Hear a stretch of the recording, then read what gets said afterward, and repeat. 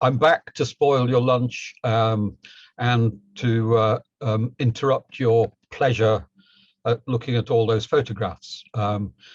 Such a talented lot. And just a thought, with all that talent and interest around, why not submit some of your photographs to BMERC for use in their newsletter? On the final page of the program, you'll see information on how you can sign up, subscribe to the newsletter, which now comes out 3 or 4 times a year. Very, very interesting and growing from strength to strength. So do think about sending both information and your pictures in to Rhiannon and the rest of the team. Okay, well, hopefully you're somewhat revived. I'm going to try and keep to time this afternoon. It's always a challenge, but we'll see how we get on. You've just got time to vote if you're still keen to vote. But I'm going to introduce our first speaker for the afternoon. We're very pleased to have join us Jamie Robbins from Bug Life, who's going to be talking about putting bugs on the map. And I'm not going to say any more. He'll say what he does. And by keeping my introduction short, we'll hopefully keep to time. Okay, so over to you, Jamie. Oh, hello. I'm assuming everyone can hear me. Yes, we can. Lovely. Well, sorry, I've missed the day so far, but I hope it's gone well. Thanks for the possible extra time. I'm sure I'll eat that up. Unfortunately, I did just then on the intro then have a bit of a delay and interruption with my line. So let me know if something goes terribly wrong. Let me just share my screen. Here we go. Don't mind me, everyone. I'll be with you shortly. Shall I show from beginning? Take it that's okay for everyone there? That's great. Lovely. Well, yeah, so my name's Jamie Robbins. Hi, everyone. I'm Programs Manager at Bug Life. For those that don't know us, we're the Invertebrate Conservation Trust. So ignore the Bug Life Cymru logo there. I really should have changed that. That's obviously for a presentation I gave in Wales not too long ago.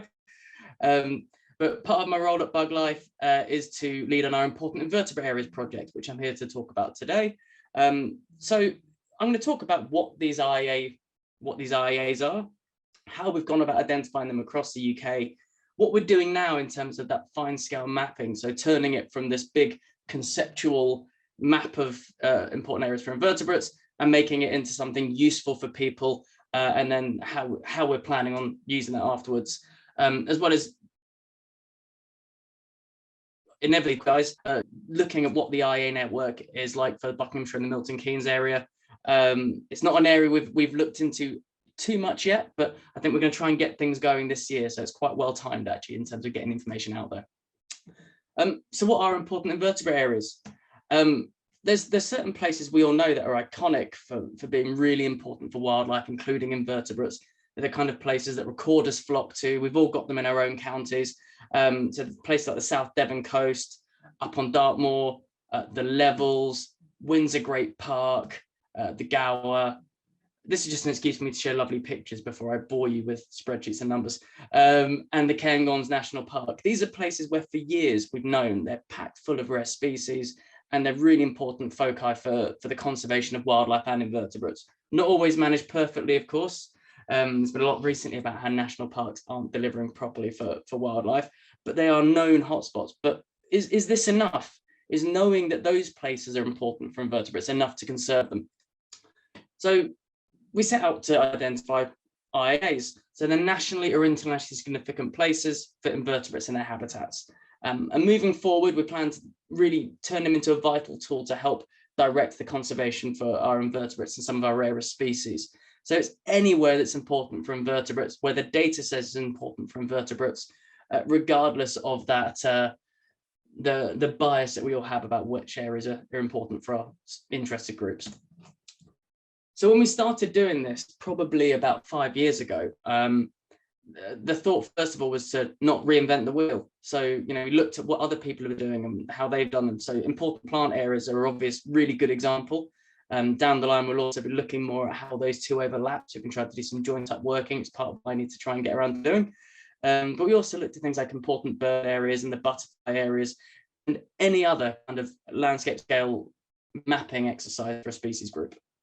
But why do we need IAs? Hopefully, being recorded, you're all aware that some groups get more attention than others.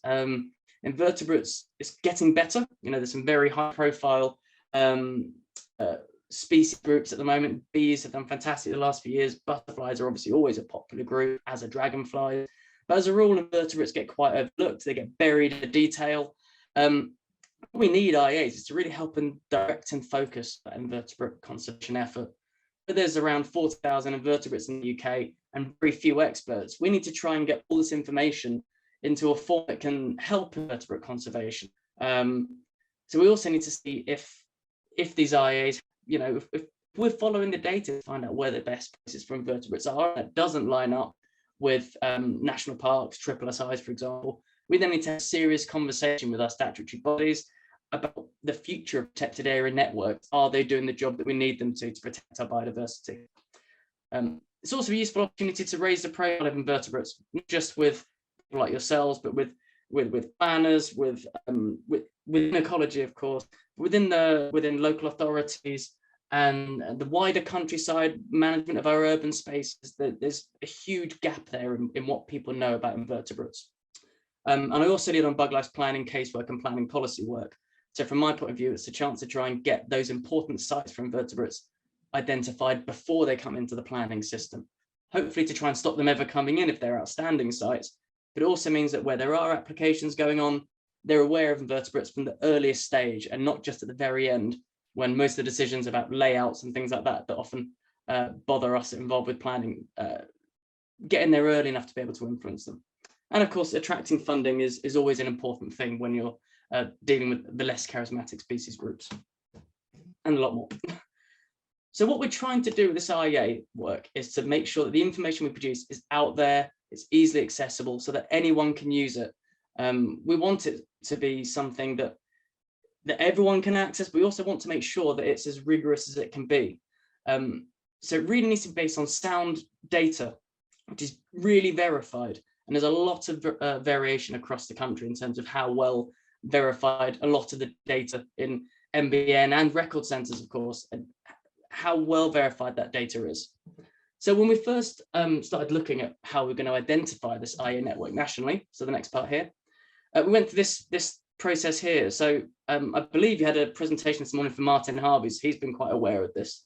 So at the very earliest stages of the IAs, the decision was made that we had to have, a proper steering group to guide it, a group not just of entomologists and the statutory bodies, but people that understood the data as well.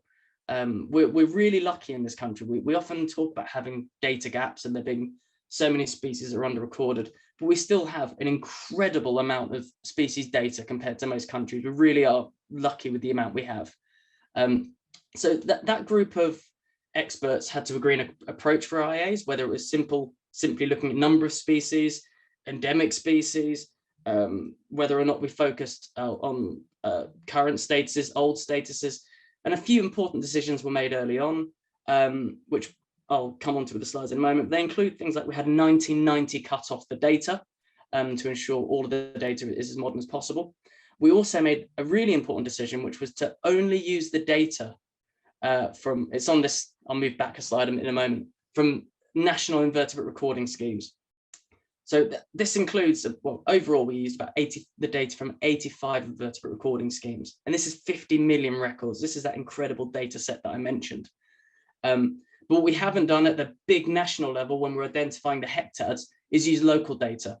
Partly, of course, that's because if we'd gone to every local environmental record centre, the cost for this data set would have been prohibitive, but also because of sheer variation in the quality of the verification of that data across record centres means that we really couldn't take that route. Ditto, we couldn't, get a data dump from MBN, because a fantastic resource though it is, there, when it comes to invertebrates, there's a lot of misidentification. And I'll talk you through the criteria we have for selecting IAs. And you can imagine when going through that, just think the impact that incorrect records, particularly of rare and endangered species, could have. But to show you the diversity of data sets we've got here, we've got the British Myriapod and Isopod group, the Parasitic Wasp Recording Scheme, the British Dragonfly Society, the Orthoceras Weevils Recording Scheme. That's just 4 of this 85 that we've got here. So we went through a series of steps to analyze that data at the national level, and then took that national initial map and had a kind of consultation with people that know invertebrates and know the data to check even then that we'd done the right thing. And then we're at the bottom one circled, we're at the fine scale mapping phase now, which all become clear as I go through the slides. So in terms of those selection criteria, we have what we call IAA qualifying species. A hectad, because this initial national selection was all based on the 10 by 10k hectads. A hectad can qualify as an IA in 2 ways. One is for even a single post-1990 record of what we call criteria A species. And these are our kind of jewel in the crown species. These are the really important ones for conservation. So that's something that's globally endangered, such as on a critically endangered, endangered or vulnerable on the IUCN global red list, emphasis on the global ones, or one that's critically endangered or endangered on the European red list, or something that's critically endangered on our own national red list. And the fourth opportunity there for a species to qualify is based on it being an endemic species. Obviously, those are ones only found in the UK. We have made the exception of and not widely distributed, because there's 1 or 2 fairly widespread endemic species, not found anywhere else, but still quite widespread. So it really would have diluted the IA mapping process. I should say that when it comes to status reviews, for those familiar with these sorts of things, invertebrate status reviews are all coming out at different periods of time. We've had some modern status reviews that use the modern threat statuses that have been really, really useful to update lists that previously had been done in the 80s and 90s.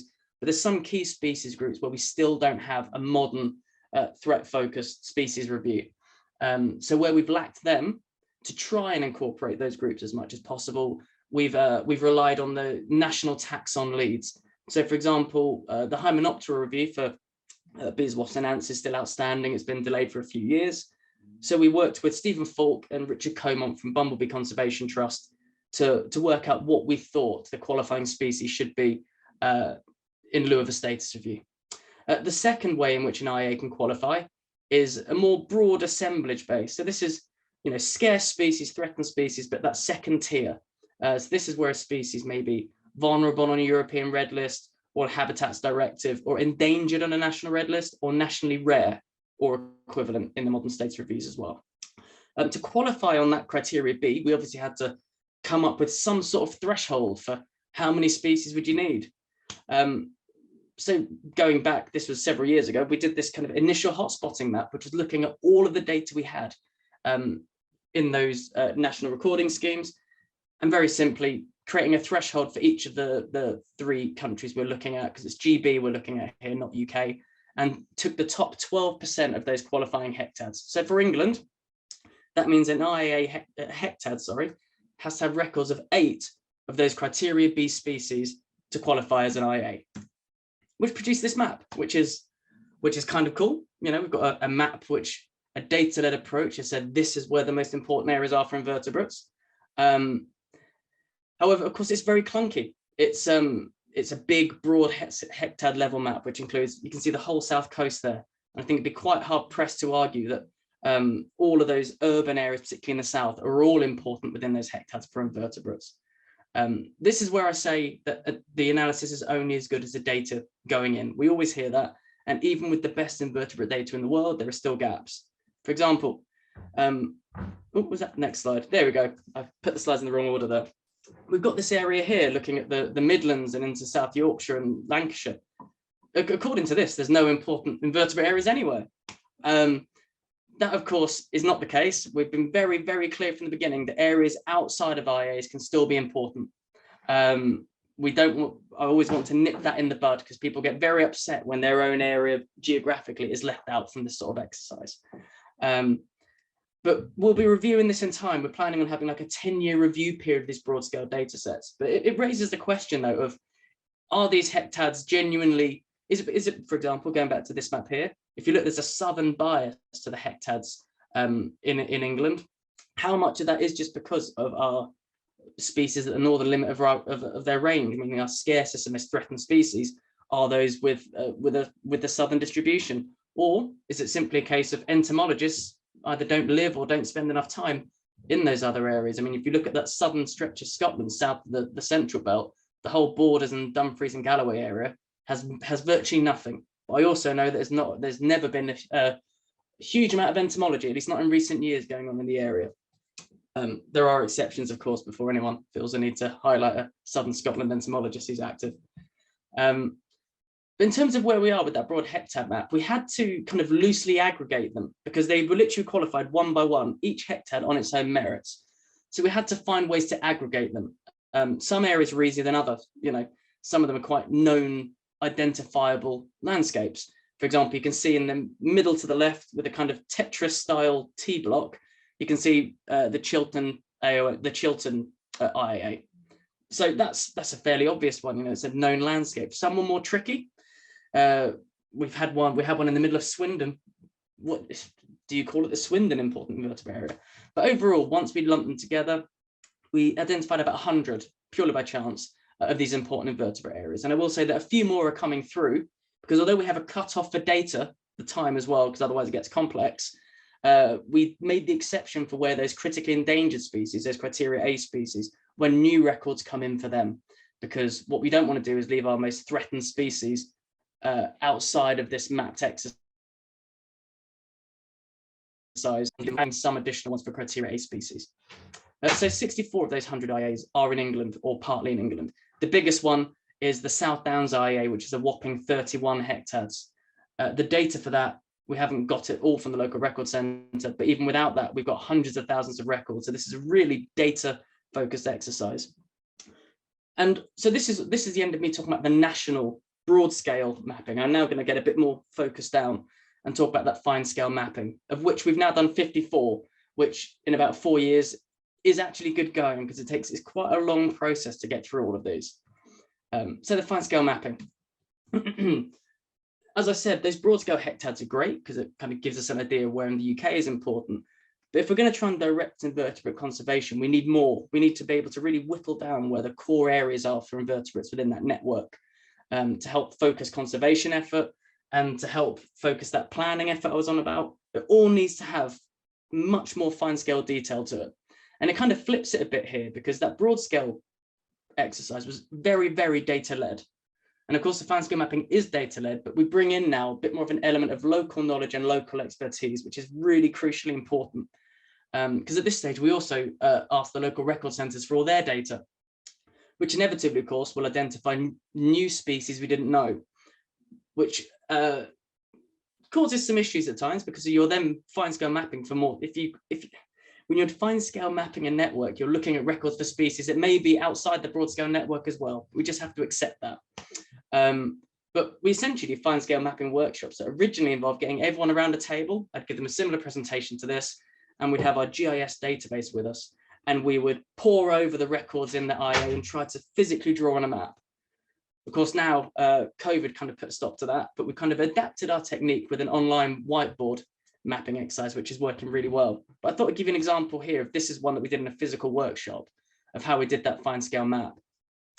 So all those dots you can see there, this is from the Thames estuary, the southern half of that important invertebrate area. All those dots are qualifying invertebrate species records.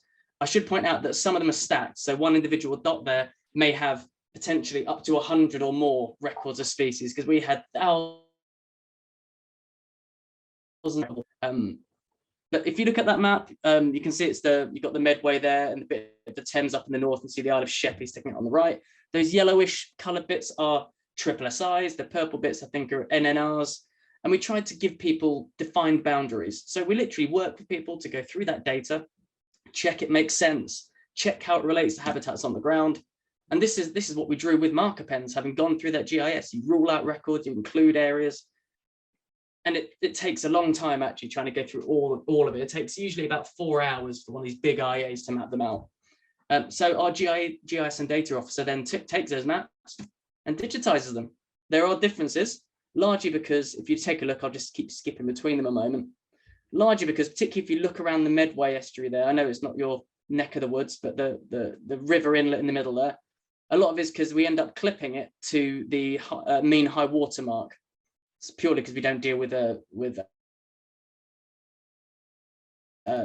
does change the shape, but we then do a consultation and see what people think. Similarly, got other big IAs. I'm going to run you through a few examples of these fine scale maps because they vary depending on the interest and depending on the place. So here we've got the South Wales coast, which, as it's similar to that Thames estuary one, both of these I should have said are IAs where they've got very big species list, and it's a mixture of those criteria A and those criteria B species. So there's jewel in the crown ones and having an important assemblage. Ditto. So in some landscapes, it's actually quite easy. So this is the fens, which I used to live on the edge of when I worked when I was in our office in Peterborough. And you can see there's the IA network is very discreet. For anyone that's familiar with that landscape, it's a very intensively managed landscape. So the interest is really focused down. If I go back a slide and compare that with the South Wales coast and the Thames estuary, yes, they're discreet, but there's lots of connected blocks of habitat. You see river valleys being followed, coastal strips. The fens, it's much more focused down just on the areas outside of intensive agriculture. But not all IAs involve that big, complex workshop approach. There's ones like this, which is the Great Orme in Peninsula in North Wales. This was one where it qualified based on having 8 of those criteria B species. And because it was at the edge of a hectad, that screen there is the entirety of the hectad. It was really straightforward to just simply do email consultation with some of the local experts and almost restrict it entirely to the triple SI network. So I mentioned those criteria A species. I should probably think of changing the slide at some point because this is a species that suddenly decided to awkwardly expand its range. This is endangered Bromius obscurus. So this is one of these species where a single hectad record qualified it as an IAA. And this until recently had record. There was one in our Cheshire and Staffordshire IA, but the only other IAs for it was a Scunthorpe and Grangemouth IA in Scotland, both of which were specifically for this species. And this really shows how fine scale we can get. So this is that Grangemouth IA in the central belt, well, round about the central belt of Scotland. We took that entire 10 by 10k hectare down to just the single 3.6 hectare Jupiter urban wildlife garden. So a single nature reserve within that whole IA. This shows how fine scale we can get. In terms of those criteria A species, it's not always that fine scale. Hopefully you all know about that the UK, the GB is a really important internationally area for the freshwater pearl mussel, which is a lovely thing, but of course in England has really struggled with most of those populations being in Scotland. The Ian Valley up in Cumbria is the real kind of remaining hoxes. What we did here was we simply buffered the SAC that already includes the Ian there and Ennerdale water, which is the source for that small river as well. Effectively looking to kind of buffer and highlight the importance of land management everywhere within the vicinity of that river, thanks to the ability of water quality and sediments to really impact on the species. I think I've got 2 more species examples because people like species. So this is, shouldn't be in brackets there, that dung beetle, don't mind me. This is the Ainsdale sand dunes, important invertebrate area in the northwest. And this was specifically for the critically endangered dung beetle, Aphodius brevis. And again, this is one where thanks to the time and the knowledge of local experts, we did all this just by email, simply working out all the post-1990 records are in the notes of the adjacent coastal areas of the Sefton Coast Triple SI. So we're really helping to identify core areas for species at a national level here, so we can help kind of support the conservation of those species. One more species individual one, then I'll shortly end up getting onto the more Buckinghamshire focused stuff. So this is the Clevedon important invertebrate area in the west of England for the critically endangered western wood-based hoverfly. Again, it's associated with ancient veteran horse chestnut trees there. So it's simply a case of mapping all of the suitable habitat for what's a quite tricky species to survey with very few records. So it's great. We're producing all these maps. That's fantastic. We do plan to have an important invertebrate area report out this year. My bad, it should have been about 2 years ago, but lots of things got in the way. But we're also for each one trying to make that information more accessible than just a map. So we're producing these profile documents. The one here is for the South Devon coast. It's 6 sides, which is quite difficult to summarize so much interest for big areas of habitat in just 6 sides. What we're trying to do is present the IEA's character from an invertebrate perspective, the reasons for its selection as an IEA, highlights some of those key species, not in a sense that would replace any of the work of a local record centre, of course. Identify some of the assemblages using the online Pantheon tool, which is fantastic if you're not familiar with it, as well as identifying some of the local threats and opportunities. So this last one, before I move on to the Buckinghamshire stuff, this is that story so far. I said with map 54, it's a bit unintuitive, this map, by the way, because you feel like the red should be the ones we haven't done, but the red hectares there are the IAs that we have done the mapping for. So you can see we completed Wales in 2021, which is fantastic, and we're hoping to have Scotland done by the end of 2022. England mapping is a bit behind, partly because there's so blinking many of them, but also because the nature of we have more record centres, which makes things complicated, having to source data and more costs associated with it as well. But the plan is really to focus on England. So next week, for example, I've got the Kent Coast and Downs Important Area workshop. We're sourcing the data for all of Suffolk and the Tamar Valley in the southwest. So we are chipping away. And Buckinghamshire and Milton Keynes, thank you for being patient. I've not heard any howls of agony from anyone, so thank you. So this is a part. I prepared these slides specifically for this presentation. Most of the other ones are ones I'm a bit more familiar with, so do bear with me. But this map here shows all of the IEAs that we've got that cross the boundary with see, there's 4 IEAs that do that to varying extents. And forgive the names. I'll explain. When I said before, when we're looking at the broad scale map, we kind of came up with tried to come up with names which went with the aggregations of hectares that we'd chosen, not always perfectly. So, for example, on the west, the left hand of that map, you can see there's a little kind of T, a single hectare coming in the west side of Buckinghamshire. That's the very edge of the Oxford IEA, which follows the river valley going up there. So forgive the name. It might be that when we do the workshops and do that fine scale mapping, we actually decide differently. The big one for Buckinghamshire, the most significant one, is in the bottom there. So that's that tetra-shaped T-shape again. So that's the Chilterns Important Invertebrate Area. We've also, at the very southeast corner, got some of what we've called the Thames Basin Heath and Woodland IEA, as well as up in the north, the Northamptonshire Claylands, which, yes, it's called the Northamptonshire Claylands. Blame the National Character Area assessments for that. It might be that when we do the mapping for that workshop, we decide that actually there's a more appropriate name, which I suspect there probably will be, seeing as it seems odd having the name Northamptonshire in there. But we are in talks with the record centre. We're really hoping to get some of that Buckinghamshire mapping underway this year. So I thought I'd show you some of the species, bring it to life a little bit as much as I can with my own lack of Buckinghamshire knowledge. So the Chilterns IEA, I should have said, all except that Northamptonshire Claylands one are qualifying as IAs for, I've got it in red there, for both criteria A and B species. It doesn't mean every hectare has those criteria A species in, but within the agglomeration of hectares, they do. So it's only that very northern one that qualifies just for reaching that threshold of 8 species. So in the Chilterns, you've got lovely things. You've got this, the endangered and nationally rare spider here, Zysticus luctata, not one I'm particularly familiar with, but this is a species that I hope some of you are more aware of than I was. It's one of the past years is within Buckinghamshire, so this is where you guys have a really important species to conserve. There are other UK records historically and more far flung, but they've not been refound, and that includes some really well surveyed sites like Bewley Road Heath and High Standing Hill at Windsor. So it's obviously a species in genuine decline. There's a lot of great spider recorders out there, and there's a very well surveyed sites. And it's a species of mature heathland sites and kind of woodland edgish stuff and leaf litter. And I have stolen a lot of my information from that for the British Arachnological Society. And if you want to know more, I would always recommend looking at their website. It's fantastic for species information. I have only got about 5 slides left if anyone's panicking on the admin side. Also in the Chilterns, the endangered rare downland horsefly. Horseflies get quite a bad rap because we've all probably been chased around some grey sites in summer by a rather thirsty female looking for a blood meal. But they're still a really important component of our habitats. And again, this is a chalk downland species with some outliers in more far-flung places. But since 1990, again, you can probably read it better than I can put that across. It's only been recorded from 3 areas over 4 hectares, which is again, for quite a big, obvious species and on sites that are quite well surveyed, including by Dipterus, that's another species with a genuine decline.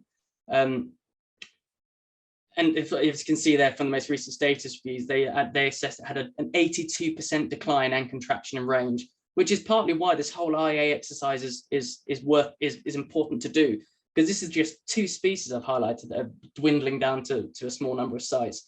And we need to try and get the important network for these sites captured in these IA maps. I had to talk about the Duke of Burgundy, of course.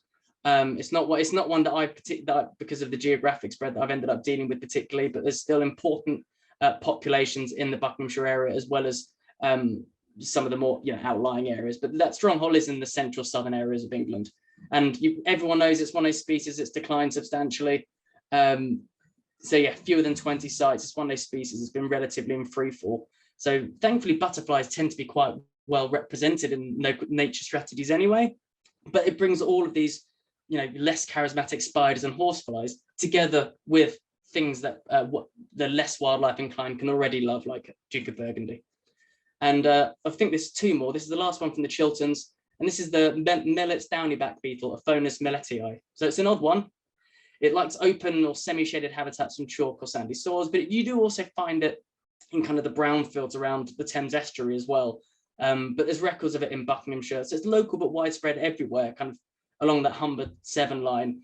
But again, a 53% decline in the status review. And ground beetles have been really well recorded in the last 20 years. It's a very accessible group. A lot more people are looking for them in a lot more places. And even then, fewer records.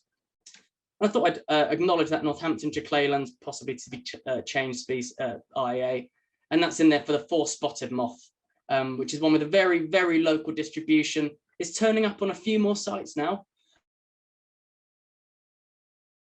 It's another one of those species of warm, open conditions and bare grounds that we're kind of losing in the landscape because we just simply don't have a lot of that well-managed, disturbed early successional habitat as we should do.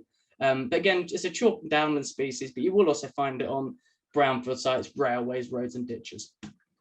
So very, very quickly, just as I wrap up, this is great. I've talked about lots of things, but how are we going to make these IAs into something that actually delivers? So I mentioned there's an IA report on its way, hopefully, and that we're going to have all of these IAs, which will, by the way, through our web map, which is going to be updated this year. You're going to be able to click on each IA on the interactive map, download the profile, the maps, the GIS files. We want this to be open data so everyone can access it. And when I say open data, don't worry, recorders, those profiles do not include individual records and locations. In fact, the outcome map, the output maps include no records. It's just those polygons. But we want to try and embed that in local record center data searches. We want to get that identified, that known by planners, by ecologists, by consultants, again, so that sites can be surveyed before the problems strike and get it embedded in landscape strategies like the LNRSs that are coming up. I think last 2 slides, I think someone's trying to interfere. So I mentioned the protected area network. I will just whiz through this. We looked in Wales. We haven't done it since we completed the network. Areas within some of those named IAs were within the protected area network. There's a lot of variation here. The South Wales coast had a paltry 19.6% under SSI designation. Partly that's a symptom of the bigger sprawling habitat and also the number of species that have found homes on local wildlife sites and brownfield sites. You compare that with South Pembrokeshire, where 77% of that land was under SSI. It raises the interesting idea, is that because all the best areas are identified, or is it just because in the managed South Pembrokeshire landscape, so much of their wildlife is outside of SSI? So it will raise some interesting conversations. And just here I'm showing, I'll skip through that. But this is what I'd like to try and avoid with my planning hat on. I want to avoid really good wildlife sites like these pink IA areas here from being identified in local development plans. This is down in Cardiff. All those blue areas which are within IAs have been identified in that local development plan. And once something makes it in there, it's really hard to get them out again. And absolutely the last slide here, ignore the BugLife Cymru logo again. We want to see how our important invertebrate areas can work with landscape schemes and green infrastructure networks, our own beelines network to try and restore pollinator populations, for example, to see how they can intermingle. And I've just, I think, been bang on time. So Yeah, that was spot on, Jamie. Thanks very much. Very thought-provoking presentation. And I could almost hear some of our keener invertebrate people scribbling down, their plans and targets for this year as you spoke about one or two of those species. Indeed, I see Neil's just commented that the moth you mentioned, he's been recording in his garden near Bradnam. So there we go. Excellent. That was really excellent. Thank you. And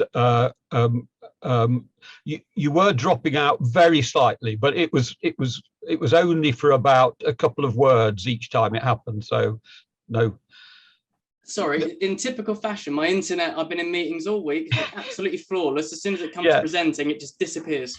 Don't worry, it was only very occasionally, so nothing really was lost. So thanks very much. And we're going to, there aren't any specific questions coming in for you, but if they come in later, we'll forward them to you. Thanks very much. Cheers. And we're going to move on now and try and carry on sticking to our programme.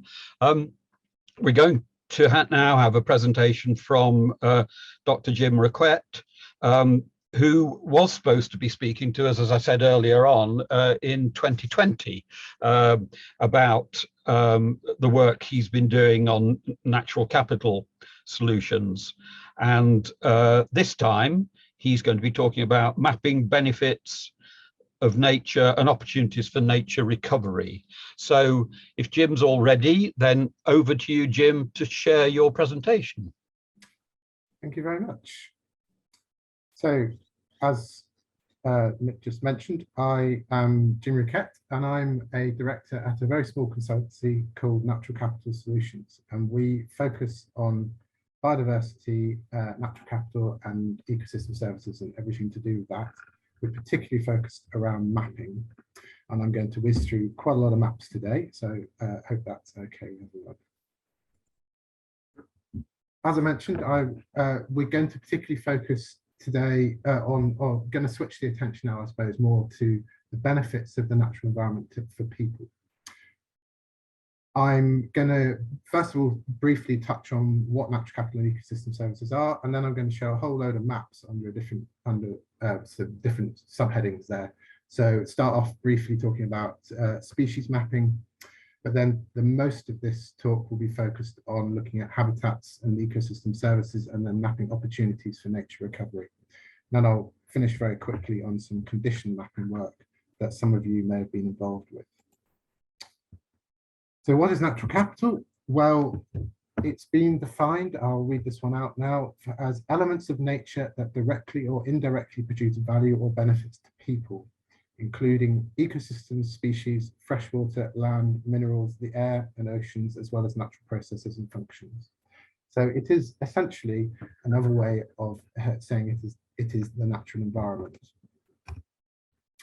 So if the natural environment provides a stock of natural assets, then those natural assets produce a range of ecosystem services that provide benefits to people.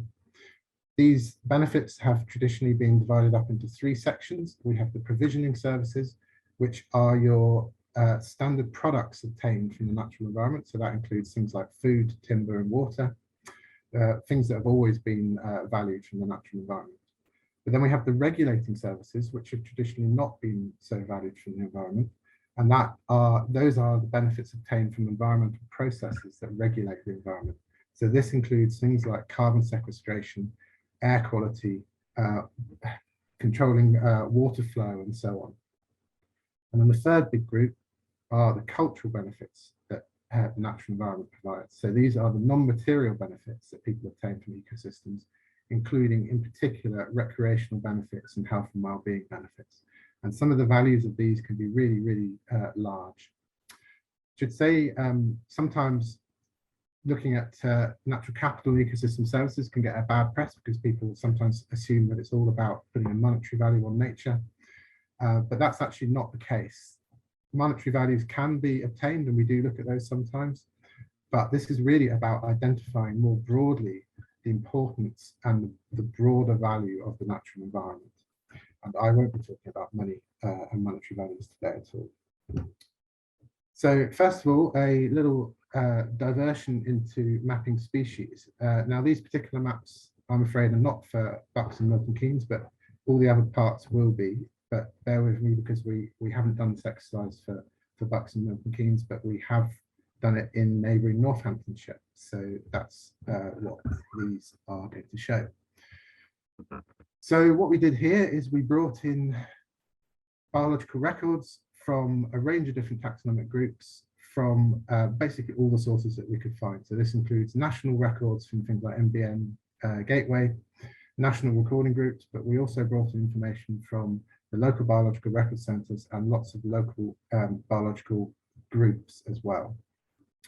You can see on the table there the total number of records that have been found, and you'll see straight away there's a huge disparity between different taxonomic groups and the number of records we have. You can also see on the chart on the right that shows the dates when these records come from, and again there's huge difference across different groups.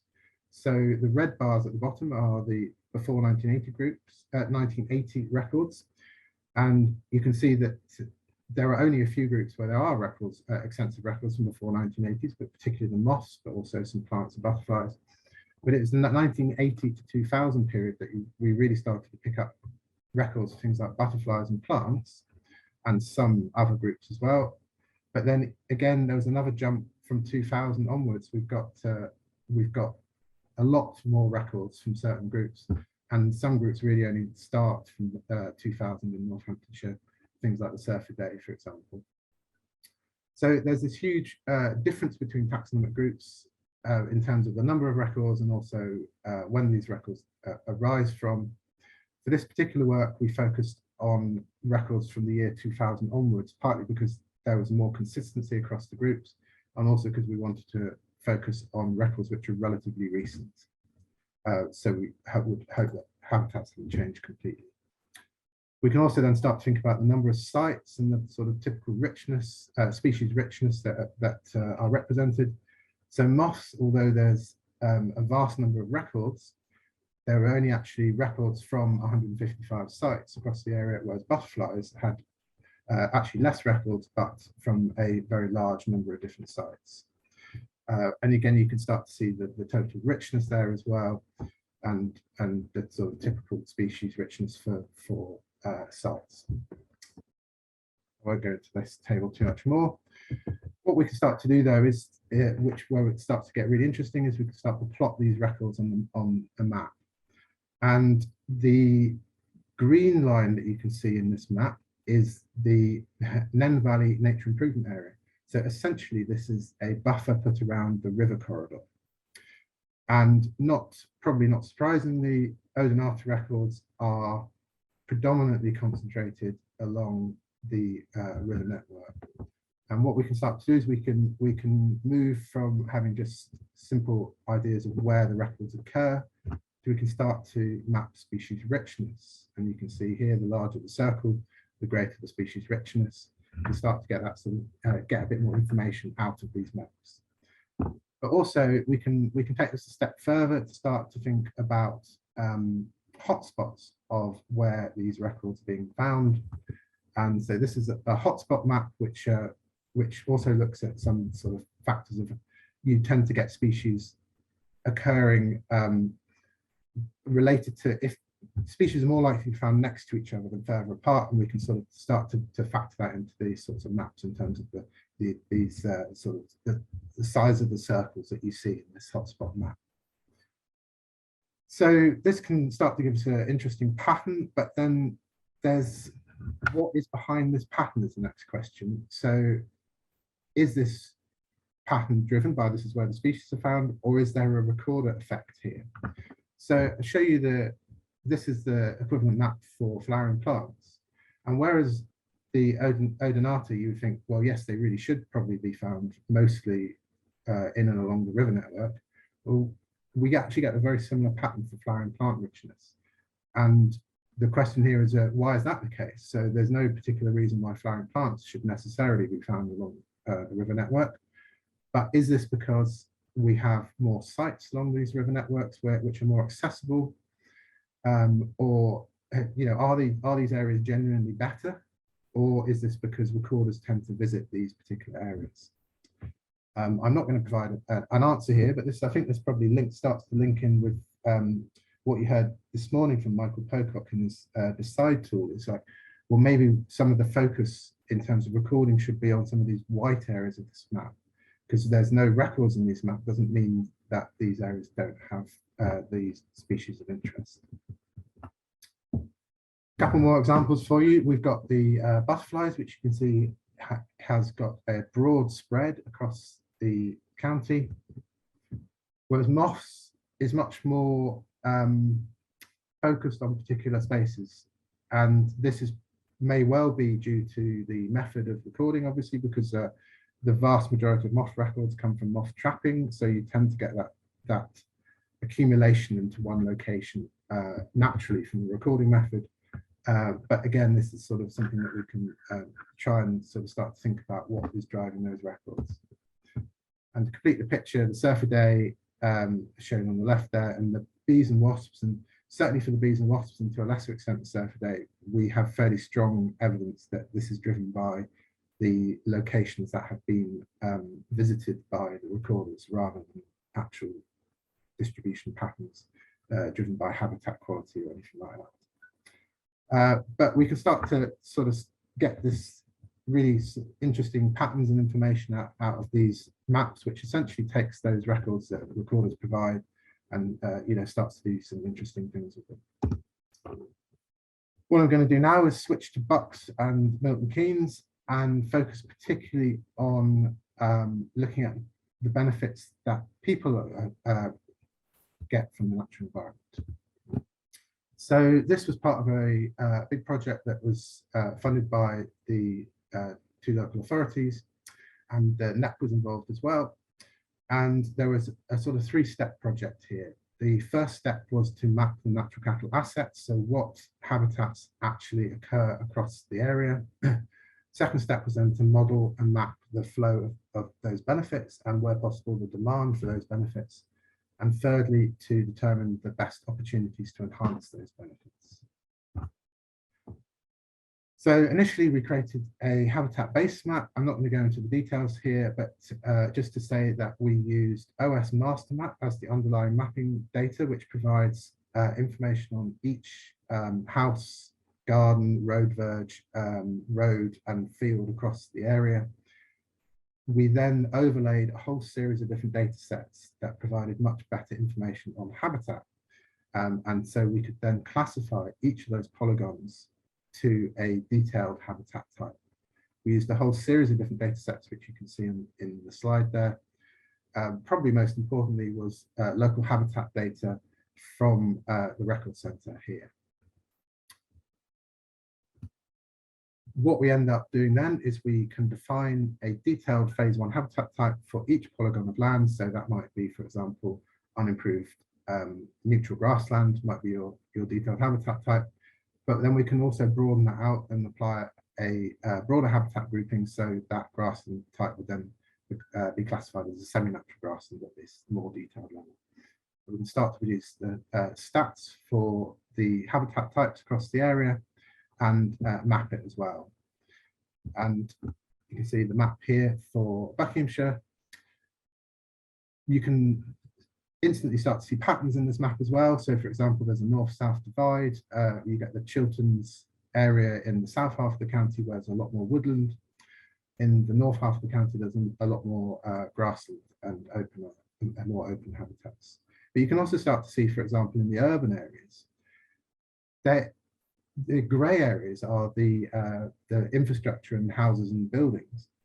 The red, sort of burgundy red areas are the gardens. And you can instantly see that actually you're getting a very strong colour of burgundy coming through. So although these urban areas may, you may feel they're all built up and so on, there's actually a lot of natural spaces and gardens within the urban areas, and that shows strongly. You can also see an area of semi-natural grasslands in the northern half of the county as well. That's a particular accumulation there.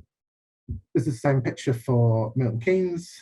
And again, Milton Keynes has got these big strips of natural environment that go through the town, and also the gardens. You can really see shine through really well, and the actually entirely grey built areas are relatively limited to only a few parts of Milton Keynes.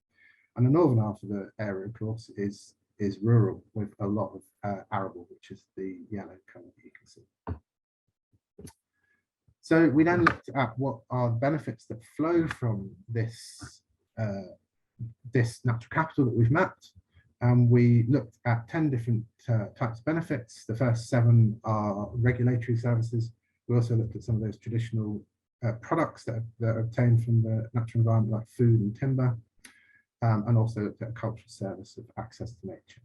And in all cases, we looked at the supply of those services, and where it was possible, we also looked at demand for those services. So a few examples.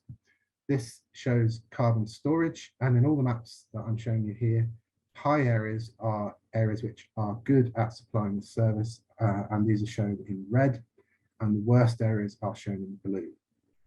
So you can see with carbon sequestration, this is dominated, carbon storage, sorry, this is dominated by the woodland habitats in Bucks and Milton Keynes, which you can see particularly strongly showing in the southern half of Bucks. The worst areas are those sealed surfaces, which are the roads and the buildings, which are coming through in blue. And you can start to see this sort of quite detailed pattern. These maps are really highly detailed. They go down to a 10 metre by 10 metre resolution. So you can start to pick out really quite small features. This example here is air quality regulation. So the map on the left shows the supply. So in this case, this is the ability of the natural environment to ameliorate air pollution, which for this particular service is dominated by woodland and trees. Coniferous woodland is actually the very best habitat for absorbing air pollution, but broadleaf and mixed woodlands are also very good as well. And those are the areas that are coming out as red. And also the larger the area of habitat, the better the service provision.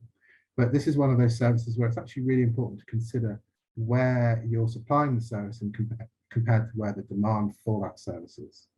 So here the map on the right shows the demand, and this takes a combination of looking at what are the pollution sources and where is that societal need for air quality regulation, which in this case is a combination of population density and health deprivation. Put all those together and you get that pattern there. You see the urban areas coming out most strongly, but you can also clearly make out the road network as well.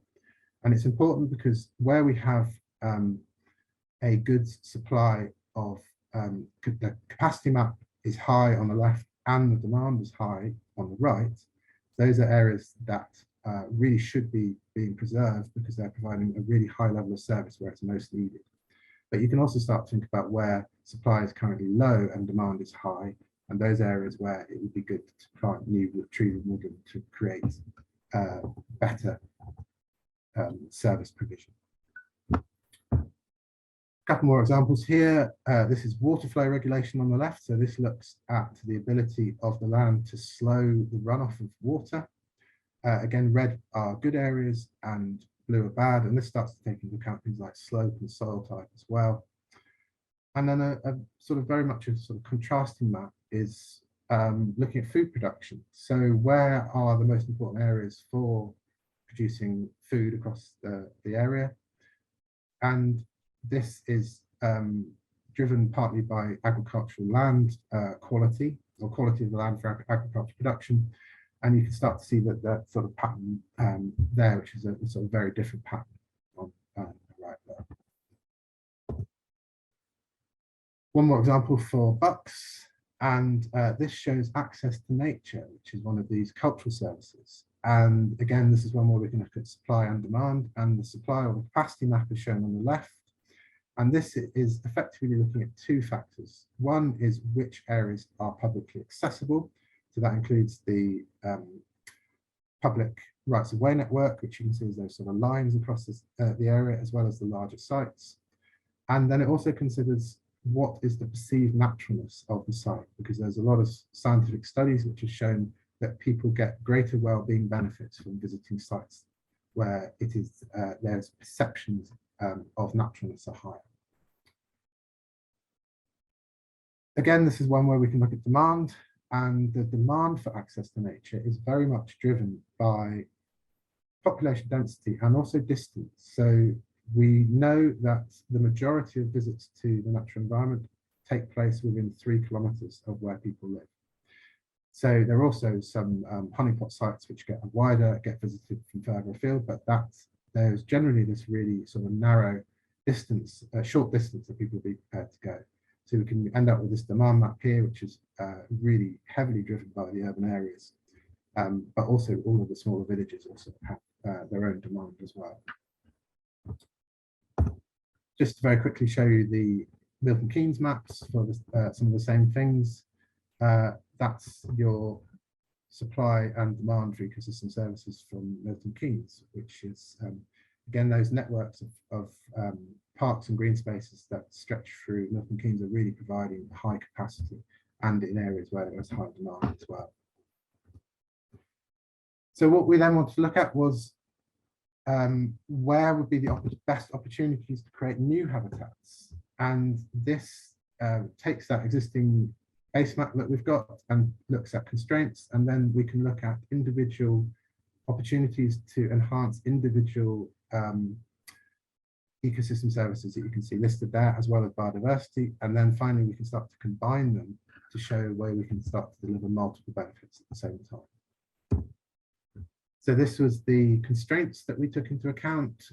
So this included land use constraints in grey, which are your buildings and your infrastructure and your roads and water features and so on, but also existing high quality habitats, because we don't want to be creating new habitat in areas which are already good. And we also took into account historic sites, and for woodland we also considered things like gas pipelines and so on. What we then effectively doing is we're looking at, well, where is there high demand for a particular service and currently low supply? And so for air quality regulation, we get a map like this. So this really starts to highlight areas in and around the urban areas and along those road networks. And these are the best areas to plant, in this case, new woodland, that would help to ameliorate air quality in areas where there currently isn't good woodland cover providing this particular service. We can do that with other services as well. So your best opportunities to create, to reduce water flow, reduce runoff off the land is quite a different pattern, and is particularly in the south of the county, particularly focused around those slopes, those non-wooded slopes. Whereas for access to natural green space, because of the demand is so focused where people live, you get this sort of donut effect, where you have these sort of bands around the existing towns and villages, which would be the best places to create new habitats. In terms of biodiversity, we used a sort of ecological approach based on the permeability of the landscape for typical species of that habitat type. So this is semi-natural grassland, and we can show the map on the left shows the permeability of the landscape for typical semi-natural grassland species, with the darker colours meaning that the landscape is most permeable. So semi-natural grassland itself is the most permeable habitat, and some of the less permeable habitats are things like arable fields, which are in the lightest colour. Once we have that information, we also take information on the typical dispersal distances of a number of these species. And then from that, we can start to think, well, which areas are ecologically connected. We then start to remove constrained areas where we couldn't create new habitat. And what we end up with is the areas remaining, which are your areas which would be suitable for potentially suitable for creating new habitat that are ecologically connected to existing habitats. And we display this map on a whole field basis. So we start to identify whole fields which are ecologically connected to existing sites. So in the the dark green on that map shows existing sites. The lighter green shows these potential areas to create new semi-natural grassland habitats. Do the same for some other habitat types as well. You can say opportunities for wet grassland and wetland are much more limited. So we also restrict this to areas which are parts of the indicative floodplain. You can see that the areas, potential areas available here are much fewer. On the right, shows the opportunities for broadleaf woodland, and these are extensive, particularly in the south half of the county, but actually there are opportunities throughout the county. And then finally, we can start to think about, well, where can we actually deliver multiple benefits? So this now starts to look at overlaying all those individual benefits, opportunities, sorry, that I mapped. And we can start to say, well, where can we put in new opportunities for grassland, limited to areas which are ecologically connected to grassland, so provide biodiversity opportunities, but will also provide additional benefits. That's what that map shows on the left. The dark green are the existing semi-natural grasslands. And then you can see in the inset map, the color, the redder the color, the greater the number of additional benefits that could be delivered. So if we wanted to deliver new semi-natural grassland that not only help biodiversity, but also provided benefits for water quality, water flow, access to nature, and so on, then we need to start thinking about creating new grassland in those sort of yellowy, orangey areas. Same for broadleaf woodland on the right there. Again, the yellower and redder the colour, the greater the number of benefits. And woodland provides additional benefits as well, because it can do creates benefits for things like air quality and noise regulation. So we can start to bring those in as well and create a whole series of different benefits, but in areas that are ecologically beneficial as well. Just to show you a couple of maps from Milton Keynes as well. Those are the opportunities of water flow on the left and opportunities for access to natural green space on the right. And access to natural green space again is very much focused in these donut zones around existing sites. And here was your semi-natural grassland opportunities and your broadleaf woodland opportunities. And finally, your combined opportunity maps. And then finally, in fact, I just mentioned that there's a wide range of applications around this, particularly focused around identifying sites for biodiversity offsetting and natural capital net gain, which is now part of the planning process, and the key evidence for local nature recovery strategies as well. But there's also a whole series of other potential opportunities through elms and natural flood risk management and carbon projects as well. And finally, in the last minute, I just wanted to mention the condition mapping that we have been undertaking. So a number of you may have been involved in this.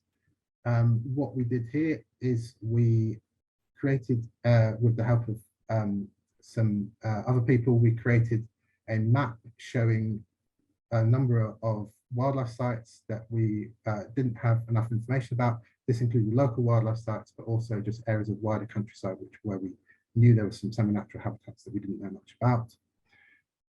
We asked people to fill in a form, which you can see on the right, and basically provide us some management information and also information on the condition of those sites for wildlife. And what we are now doing is we are collating that information to start to come up with some information on more broadly about the condition of these wildlife habitats across the landscape. And that work's ongoing, but will hopefully produce some results in the next few months. And my time is up. Sorry, that was a little bit whistle stop, but the slides will be available for anyone who wants to see the maps in more detail. And there's a report available as well, going into more details. And I will stop there. Thanks, Jim. That's a terrific amount to take in. We certainly had a lot of maps today, which will suit many of us. But one question before I ask you a question that's come up on Q&A. When a lot of the mapping that's going on, when will the recording community sort of be able to really play with it and interact with it in such a way that we can start pointing out local patches that we know about that haven't been picked up? So in paper format, the maps are already available. So the report is available on the NEP website. So I think Nicola mentioned that this morning. So please do go and download the reports, and you can have a look at the maps in PDF paper version. In terms of actually looking at the layers themselves, well, the record centres currently hold them. We are still, I suppose we're still sort of in discussion about how we show them to people, because it would be quite, I would like it if we could create some sort of portal where people could actually look at the maps properly, and actually look at, zoom in on them basically, and look at their specific locations of interest and certain sites. And I think that would be the ideal. That's not definite yet, but we're sort of still ongoing discussions about how we would actually achieve that. Okay, thanks very much. That's helpful. There's one question just come in from Mike Leroy. What air quality pollutants are included in the air quality regulation criteria? Just things like, I don't know what he means with some of these, nitrogen oxides, for instance, or a wider range. It's particularly focused around particulate matter, so PM 2.5. We do also pick up nitrous oxides, if I can say the right word. But I suppose it's a sort of, in this particular mapping exercise, it's a general look at air quality demand in terms of which areas are producing, well, which areas are worse for air quality, I suppose. Okay, that's tremendous. Thank you.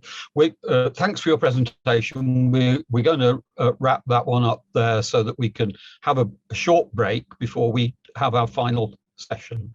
So thanks again for entertaining us and giving us lots to think about. We've got a very interesting presentation to come from Holly Wu, who's at the Open University, and is going to be talking about some exciting work in and around Milton Keynes. I remember when I read Mark Telfer's report on the work he'd been doing on the three woods in the sort of southwest part of Milton Keynes, how surprised a lot of us were, and how we suddenly realized that we were missing a whole lot of really important areas in the edge of urban patches. But Holly, over to you, because I'm sure you've got far more to say about it than I can.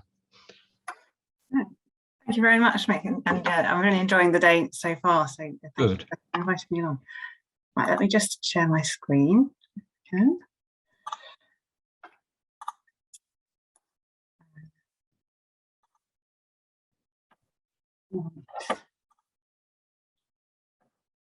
It's not. Can you see that okay? I'm not sure it's going up. There we go. Right. That's it. That's great. Yes, it's come up now. Great. So my name is Holly Wu, and I'm a PhD student at the Open University studying the impact of urbanisation on ancient woodland. So today I'd like to briefly introduce my project and show how I'm using historic plant species records to investigate differences in the biodiversity of ancient woodlands that become surrounded by development in Milton Keynes, and comparing these to more rural ancient woodlands nearby in wider Buckinghamshire. So ancient woodland is defined as land that's been continuously covered with forest since 1600. In these woodlands, traditional management practices such as coppicing have often been used for several centuries, and this continuity of habitat over a long period of time allows a rich flora to develop, including ancient woodland indicator species like bluebells, early purple orchids, and herb Paris. These species are slow to colonise new areas, and they tend to prefer sheltered conditions with higher humidity and are sensitive to disturbance. Now, since the planting of trees as secondary woodlands was less widespread before the 17th century, it is thought that the communities of ancient woodland plants in some locations could even descend directly from primary or natural woodland sites that developed after the last ice age. Extensive areas of ancient woodland were cleared in the early 20th century, and many were replanted with conifers, becoming what's now called a plantation on ancient woodland site. Today, ancient woodland covers around 2.5% of the land area of the UK, and 2/3 of this area is ancient semi-natural woodland, as opposed to a plantation. Although ancient woodlands are protected in the planning process, as towns and cities expand into surrounding countryside, land adjacent to ancient woodlands is more likely to become dominated by human land uses. Woodlands like that can become islands within an urban matrix as roads, housing, rail networks, industrial sites and commercial units are built around them. In this context, ancient woodlands can be affected by factors such as increased visitor pressure, which may cause soil compaction, trampling of plants, litter and dog fouling, pollution from roads and industry and housing, isolation from other woodland areas, limiting the dispersal of wildlife and seeds, invasive species that may be introduced from urban gardens or municipal planting, changes in hydrology and microclimate like the urban heat island effect, and changes in habitat management as the ancient woodland effectively becomes an urban park. So I wanted to understand more about the distribution of ancient woodland and how much ancient woodland is likely to be impacted by urbanisation. Since the 1980s, detailed mapping has been carried out to produce inventories of ancient woodland sites across England, Scotland and Wales. So I overlaid these datasets of ancient woodland inventories with data from the Careen land cover map for 2018 and locations of major town and city boundaries. And I calculated which of the ancient woodlands fragments across all of the ancient woodland inventories were near urban land cover.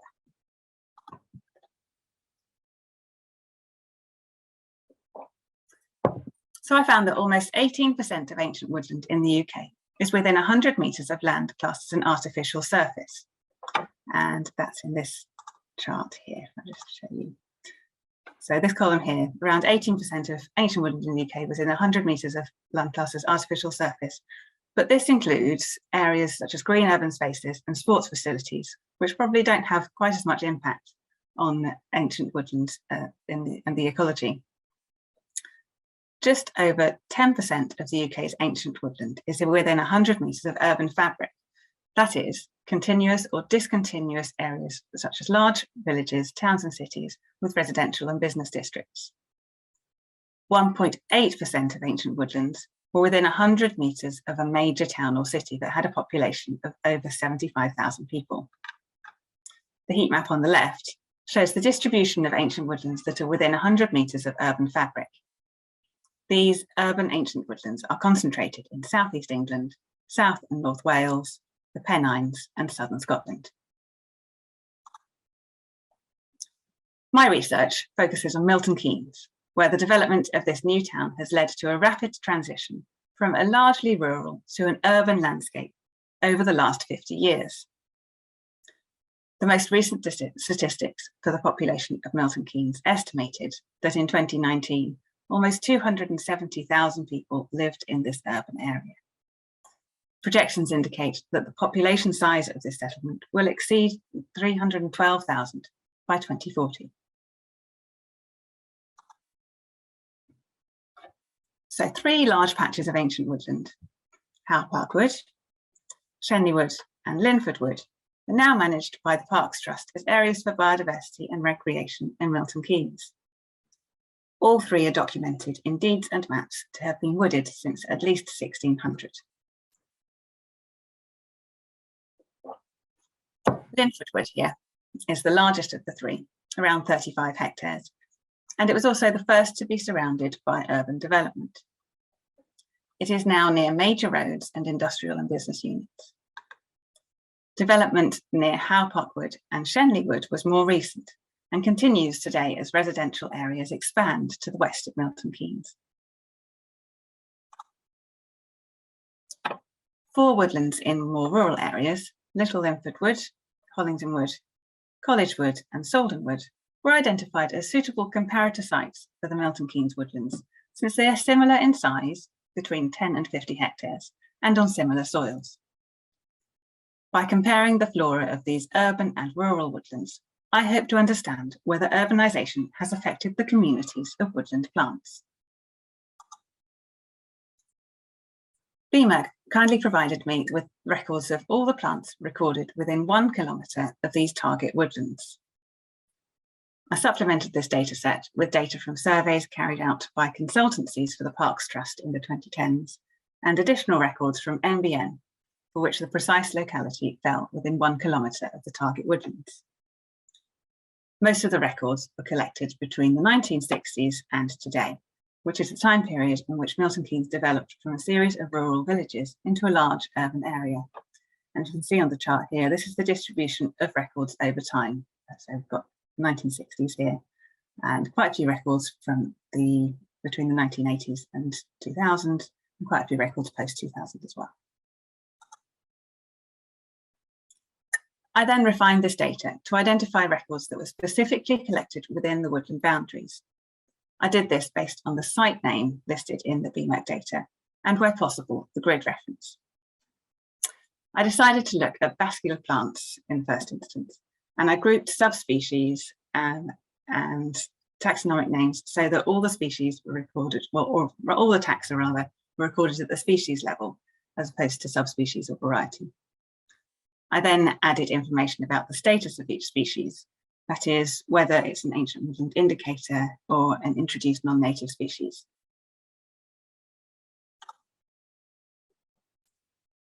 I'm currently analysing the data to examine differences in the composition of plant communities in the urban and rural woodlands.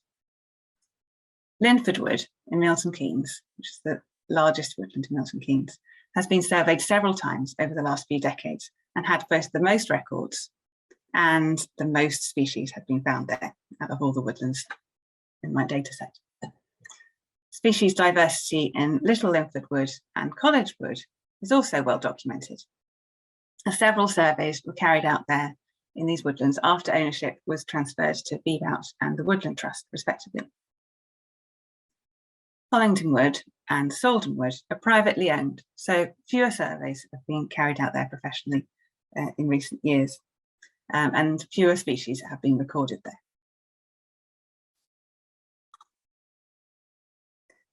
Now, because some of the woodlands had a higher number of records than others, we can be more confident that we've seen most of the species that occur in the woods managed by, for example, the Parks Trust, BMERC and the Woodland Trust.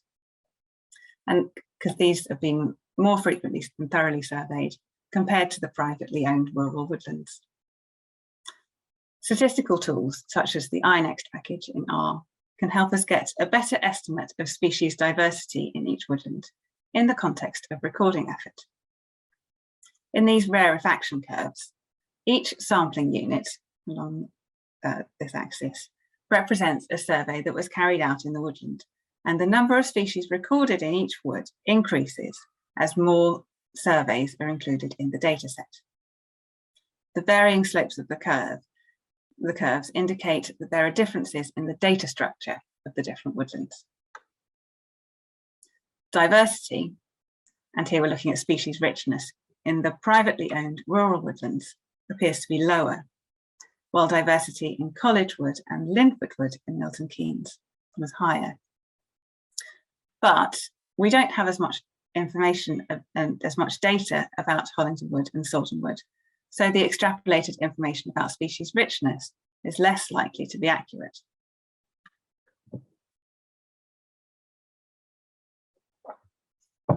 We need to remember also that not all species are welcome in an ancient woodland. While we want to see a range of ancient woodland indicators, native trees and ground flora, ruderal species like nettles, brambles and bracken, arable crop plants and garden escapes may be adding to the species lists and could displace some of the rare species found only in urban and the rare species found only in ancient woodlands. Although some of the woodlands are better surveyed than others though, and some of the woods required more surveys to get a more complete species list, as shown in the chart on the left, If I grouped records into urban and rural categories, the rarefaction curves for sample coverage in the rural and urban woodland datasets were similar, indicating that by pooling the data from the 4 rural woodlands, we have a similarly structured dataset to that using data from the 3 well-surveyed urban woodlands. This means that by pooling the data in urban and rural categories, I can mitigate for some of the differences in recording effort at each site and look at the proportion of different types of species that are found only in urban woodlands or only in rural woodlands. So I generated species lists for the urban and rural woodlands using the compare tool in the Arsenal package in R to see which species were found both in urban and rural woodlands, which species were found only in the rural woodlands, and which species were found only in the urban woodlands in Milton Keynes. Initial results indicate that of the 585 species recorded overall, 366 species were shared species, so they were found both in the urban and the rural woodlands. 76 species were only found in the rural woodlands, and 143 species were found only in the urban ancient woodlands. And of these, over 38% of the species found only in the urban woodlands were introduced non-native species. And this is nearly twice the proportion of introduced non-native species in the rural-only species list, and over 4 times the proportion of the species listed to be shared between the urban and rural woodlands. By dividing the data into records collected before and after 1990, we could see whether the species composition of rural and urban woodlands has changed since the development of major grid roads, industrial and residential areas in Milton Keynes. Repeating the previous analysis to compare species lists from the urban and rural woodlands before 1990, I found that prior to urbanisation, the ancient woodlands in Milton Keynes had a similar proportion of introduced non-native species to the rural woodlands. And in this case, around 17% of species found only in urban woodlands were non-native, and around 18% of species only found in rural woodlands were non-native. However, after 1990, the proportion of introduced species in the lists of plants only recorded in the urban woodlands increased, so that nearly 1/3 of all species found only in the urban woodlands were non-native. The proportion of non-native species in the list found only in the rural woodlands actually declined slightly since 1990.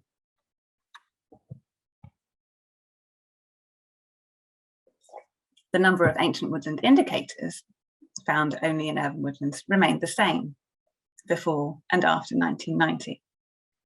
And interestingly, this was consistently higher than the number of ancient woodland indicators recorded only in the rural woodlands. As new species arrive, the structure of the data may change, particularly as introduced non-native garden plants start becoming naturalised in the urban woodlands. When the data is divided into records collected before and after 1990, we see that observed species diversity is higher in the urban woodlands post-1990. And if we carried out more surveys, we potentially see far more species. In the rural woodlands, diversity appears to be slightly lower after 1990, taking into account the differences in the number of times that woodlands were surveyed. However, further work is needed to investigate these differences and account for differences in recording effort in the different woodlands before and after urbanisation. We can get a better picture of the differences between the urban and rural woodlands by separating out the datasets for each woodland, keeping in mind that differences in recording effort may affect the differences in the plant communities that we see. The proportion of ancient woodland indicators in the species list for all 3 urban woodlands showed a slight decline after 1990, while the proportion of ancient woodland indicators in most of the rural woodlands increased, the exception being College Wood, which is a rural plantation on an ancient woodland site, now in the process of restoration. The proportion of introduced non-native species at Linford Wood and Shenley Wood has doubled since 1990, while the proportion at Howe Park Wood and all of the rural woodlands has declined slightly or remained low. So what are these introduced species that have recently started to occur only in the urban woodlands? And should we be concerned about them? The most frequently recorded urban introduced species in the ancient woodlands in Milton Keynes was the Spanish bluebell. Citizen science surveys were carried out in the UK in 2017 and 18 to record the distribution of Spanish bluebells, and there's been concern about the spread of its hybrid with native bluebells, particularly in areas with less shade. Common garden plants like honesty, red valerian, Shasta and Michaelmas daisies, types of narcissus and tulips have cropped up in the Milton Keynes woodlands recently, along with troublesome garden weeds like upright yellow wood sorrel and lesser swinecriss. Shrubs like boxlute and Wilson's honeysuckle, cotoneasters and barberries also escape from municipal plantings and gardens. Urbanisation is known to cause major shifts in species composition, and eventually native species can be replaced with more widespread weedy non-native species that have adapted to high levels of disturbance and more eutrophic habitats. Roads and railways promote the spread of invasive species into urban areas. The Oxford ragwort found in Milton Keynes in the urban woodlands there is a good example of this. Previous studies in New Zealand and Canada have shown that housing is a key factor causing higher proportions of introduced plant species into semi-natural forests. An illegal dumping of garden waste in forests is also a known problem in peri-urban forest fragments. Residents of nearby residential areas can also occasionally plant flowers and trees within or near woodland boundaries. In the future, I plan to use more records with more precise localities to see if the woodland edges, paths and rides are more vulnerable to urban pressures. So looking at data within the woodlands and their distribution there. Data will be standardised and mapped where possible to analyse trends in the distribution of indicator species and examine differences in plant communities in different woodland areas. Mosses and liverworts are sensitive to environmental change and can be slow to colonise new areas. Research on their distribution in urban woodlands is somewhat limited in the scientific literature. So I hope to carry out my own surveys of bryophytes and vascular plants to expand on our knowledge of urban ancient woodland species and confirm trends emerging from secondary data.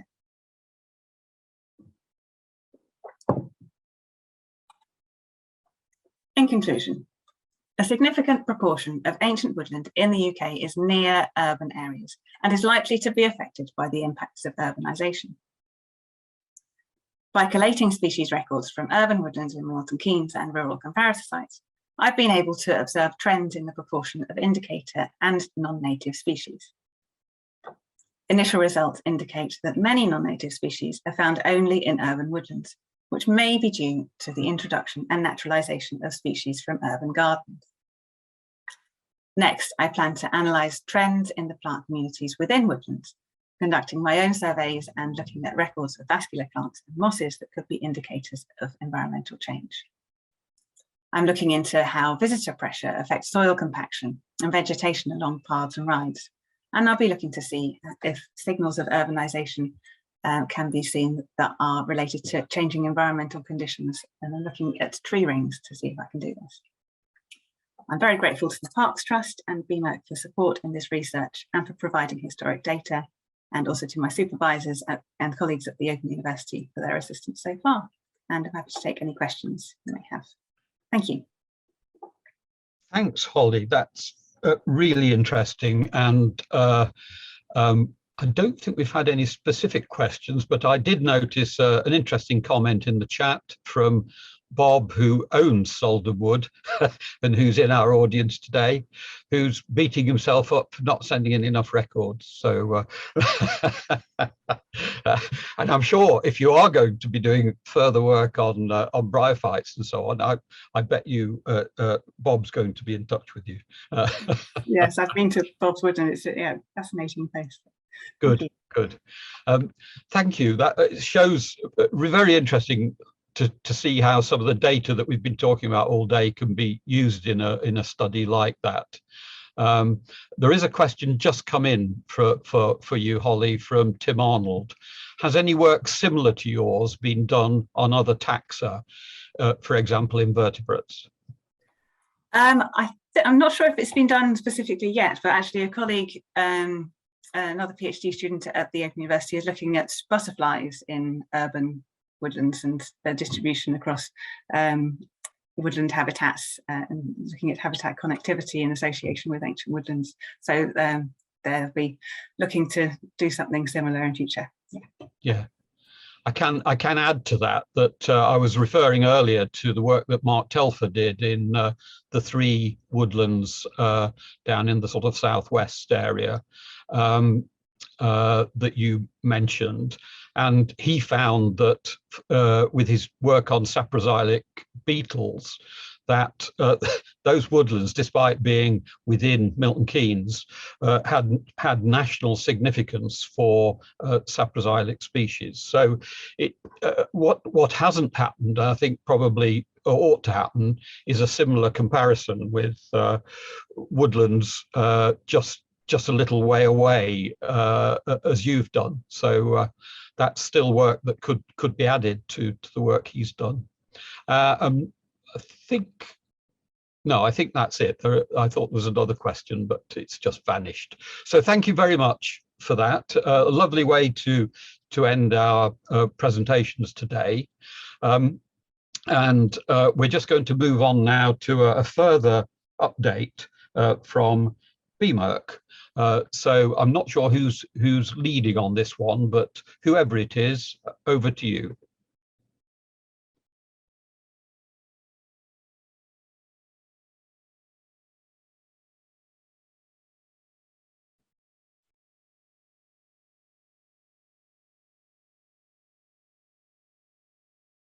Hello, for those of you who don't already know me, my name's Fiona Everingham. I'm one of the local wildlife site surveyors, and as you can see, my main occupation is wandering around the countryside, peering very closely at the vegetation. We have new blood within the team. Here is Matthew Sharp holding court at Euston Bank with the new Shoots people, and he'll be talking to after me about orchards and his role within the team. The major part of my work is still site survey. Last year I surveyed nearly 50 sites, and as you can see here, the majority of sites last year were sites where we didn't really have very much information, so they weren't existing biological notification sites or local wildlife sites. And it's interesting to know that you can still find such sites in a county like Buckinghamshire, which you would have thought we'd know everything there was to know about it. The rest of the sites were split fairly evenly between those which are existing local wildlife sites, where we went out to do a review to see what condition they're in, talk to landowners and land managers, give advice about management, because often they don't know they've even got a local wildlife site on their land, and also reviewing existing biological notification sites. So those sites where we've got historic information, but we might not have looked at the site for maybe the last 30 years. So really going back and checking to see if there's still anything of interest there, or whether they can be delisted or perhaps upgraded to local wildlife site status. I also went out and looked at a number of glowworm sites, and they were recommended to us by Robin Scargill, who is, I believe, the founder of the Glowworm Society in the UK. So that was really interesting. And I went out and looked at the vegetation and the current condition of those sites. So altogether, those 50 sites covered almost 500 hectares, and as you can see, fairly evenly distributed between the different groups, whether they were existing LWS, BNS or new sites, and the glowworm sites making up a tiny proportion, because generally they're quite narrow, linear sites alongside roads. We also enlisted additional survey power, as we do most years. Buck's Invertebrate group went out and looked at a local wildlife site for us down in the Hughenden Valley, and we've got more lined up for them this year. It's really mutually beneficial. They gather information for us for these sites on the invertebrates that is helpful in management recommendations and in the notification. And we can get them often access into areas that perhaps they wouldn't ordinarily be able to get into.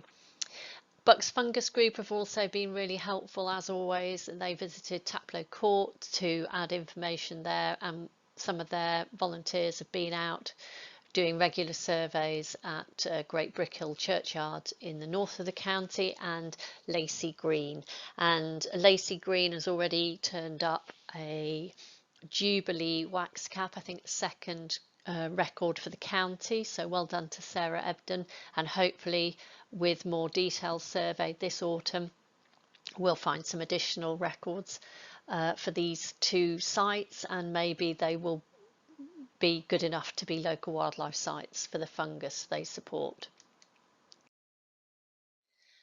I also provide management advice. So obviously we don't really want to see management of trees like this where it's ploughed right up to the trunk, and I'd really like to persuade people that their mower could do with the rest. This is Horridge and Cholsbury Common, where the householder has decided that he's going to mow the common outside his house to within an inch of its life every week. This sward is particularly diverse, and just relaxing the mowing ever so slightly would be really beneficial to the pollinators there. We don't need to leave it to grow as tall as the stuff on the left, but just allowing plants to flower would be so good. I also do a lot of partnership and outreach, working with different organisations and individuals. This was a training event with the new shoots down at Eusden Bank to do with introducing them to wildflower identification, but also working with a variety of parish town councils, community groups, our partners such as the NEP, and also we do a lot of work with Chiltern Rangers, and we have connections with Chiltern Society, and also some of the conservation and charity groups. And also last year we were approached by many churches to do with eco churches, so it'd be really nice if we can somehow get a bigger buy-in to better management across churchyards, to see a relaxation of the intensive management that you often see in these areas and making them a bit more wildlife friendly. And also, of course, just general inquiries from members of the public and landowners.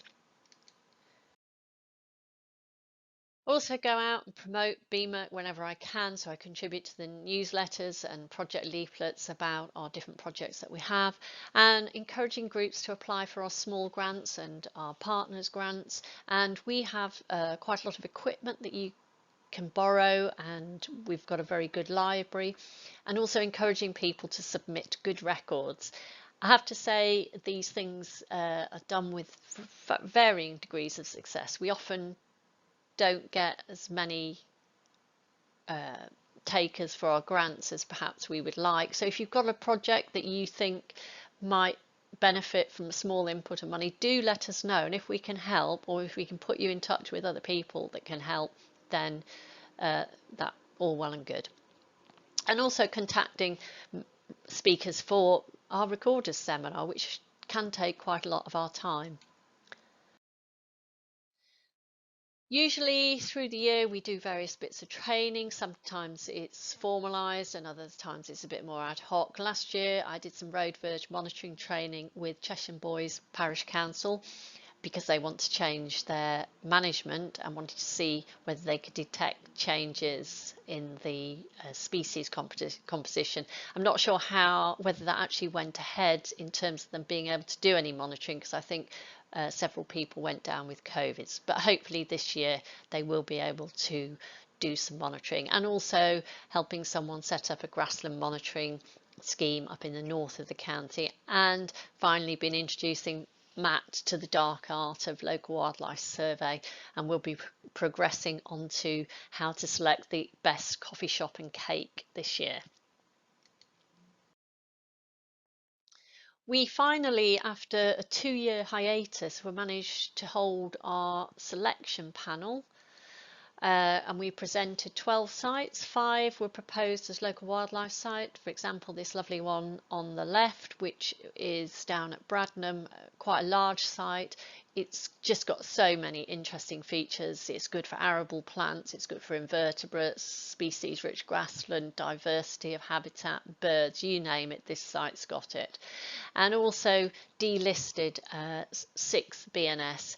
This is a classic example of how not to graze your land with horses. And several of the sites were delisted because there were intensively managed churchyards, so there was really not much interest features left. We added a little over 300 hectares to local wildlife resource, and also delisted about 8 hectares from the BNS layer. And we're preparing now for the 2022 survey season, which is virtually upon us, prioritising woodland spring surveys. The turquoise in the map are those sites that we would like to get out for spring surveys. They're mainly woodland. Some of them we will have looked at in the past, and we just maybe need to go back at a more appropriate time. We might have surveyed them in the autumn or winter. And also we have a backlog of sites where we visited, but we need additional information, or we might need to resolve some ownership issues. So I think that's all from me for now. And as I think I say every year, if you've got a site that you would like me to come and have a look at, then do please get in touch, send us some photos or a grid reference, or just drop me an email and I'll do my best to come out and have a look at it for you. Thank you very much.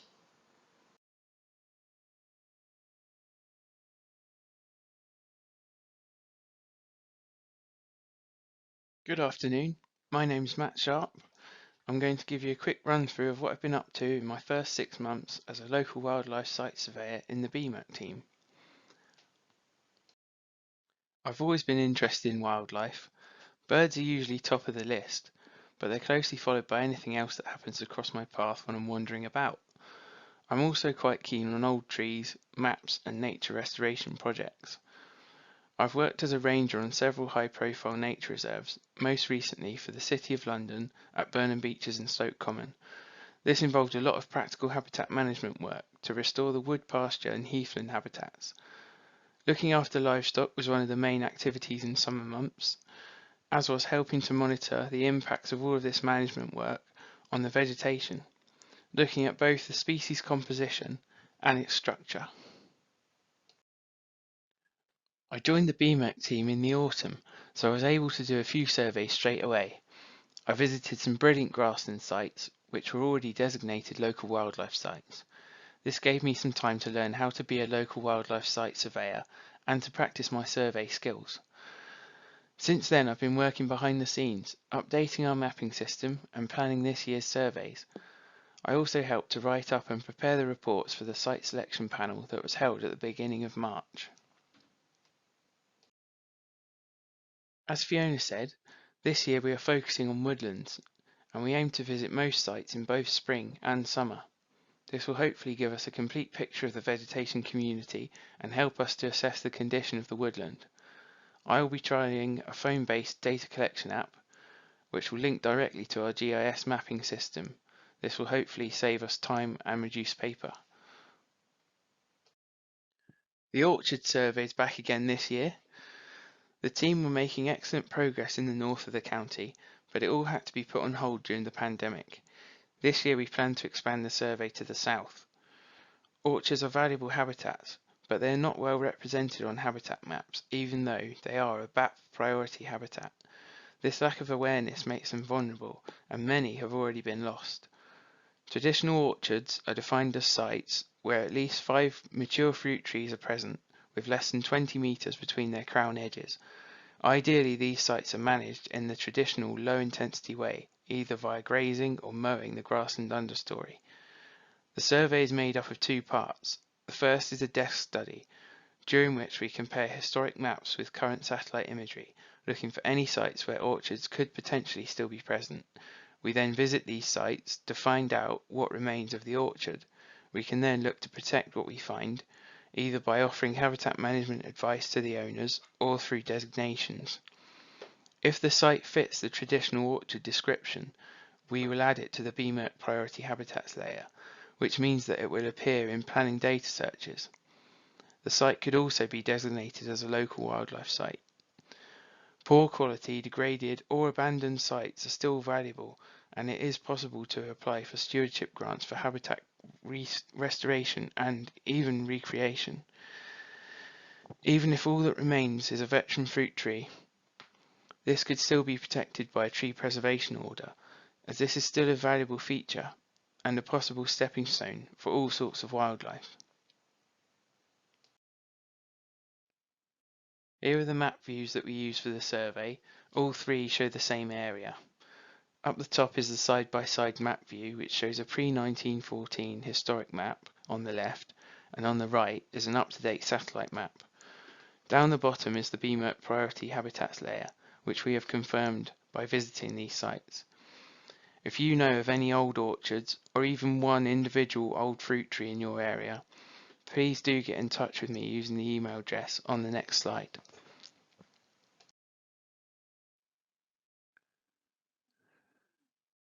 That's all from me. Mark, the Environmental Data Officer, is up next. Thank you for listening.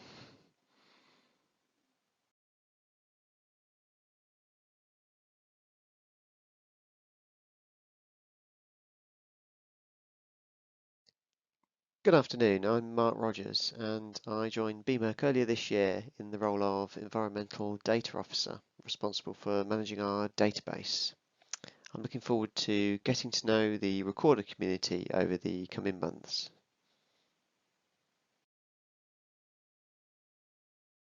In terms of the latest records we hold within our database, really good progress has been made since this time last year, with over 365,000 records being added to the BMERC database in this time. This makes the total records in the database around 3.3 million, relating to the Buckinghamshire and Milton Keynes area. The data sources for those records are varied, but cover a few main themes.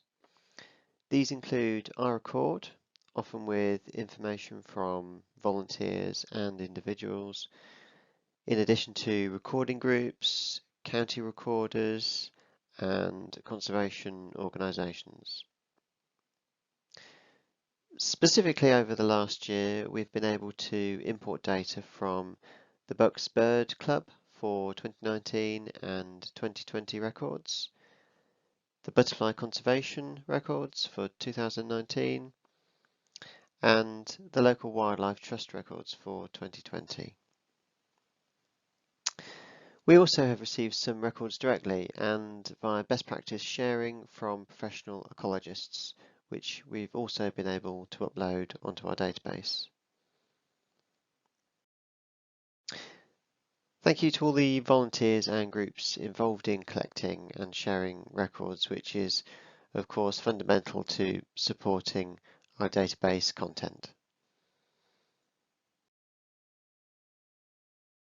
This table highlights a breakdown showing which taxonomic groups are held within the database and also where the new records were added in the last year in relation to those groups. Overall, there has clearly been great progress across the range of taxonomic groups. The groups with the highest records count are Lepidoptera in relation to moths, followed by vascular plants, followed by birds. However, the largest increase year on year of nearly 164,000 records relates to the Lepidoptera butterflies group. In terms of percentage increase year on year, there have also been a number of interesting jumps. Total dragonfly records increased by 96%. Total Hymenoptera records increased by 44%. Total freshwater fish was up by 36%. And total caddisflies was up by 27%.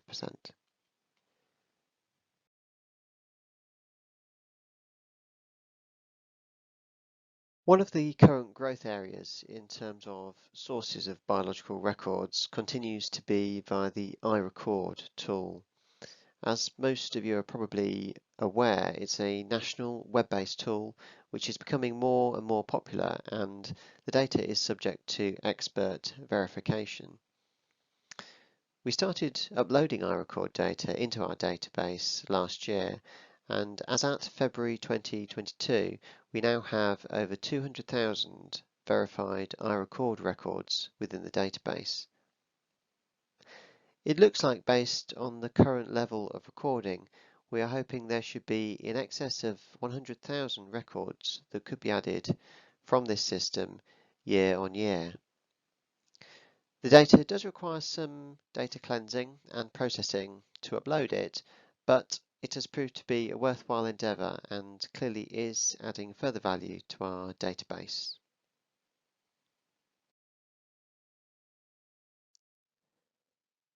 Our online data search service has now been live for coming up to 3 years and continues to run reliably. I have included a graph showing the data search volumes month on month since the go live, which indicates an upward trend. Demand seems to have increased during the pandemic period. However, there are initial signs this might be starting to move back to pre-pandemic levels. However, very recently, during February 2022, this has been a particularly busy month again.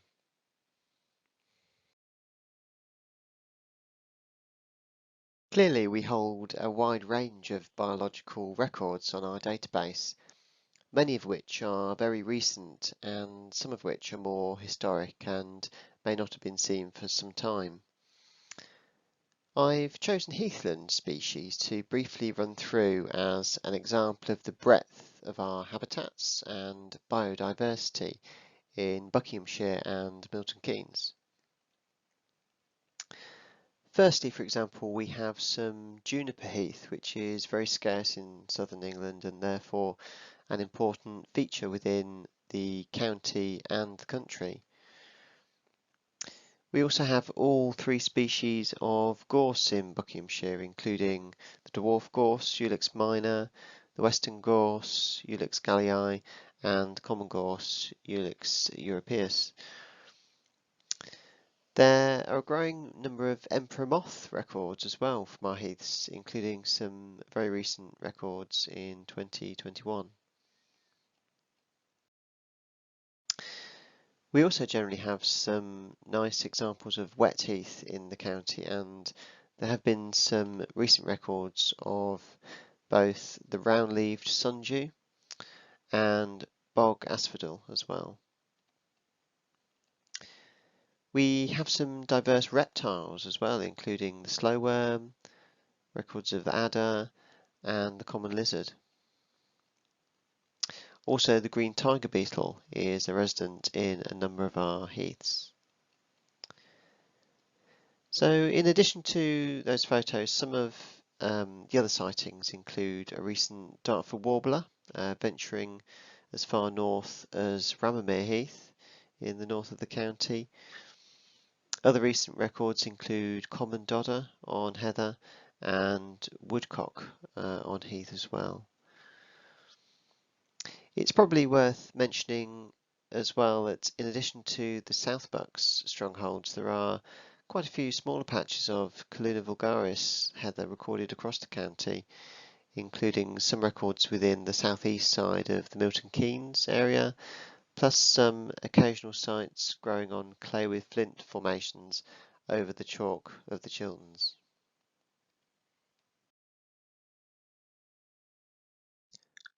I'm currently working on a project as part of my MSc in conservation ecology, and thought it would just be useful to share a bit of information about my research that I'll be undertaking this summer.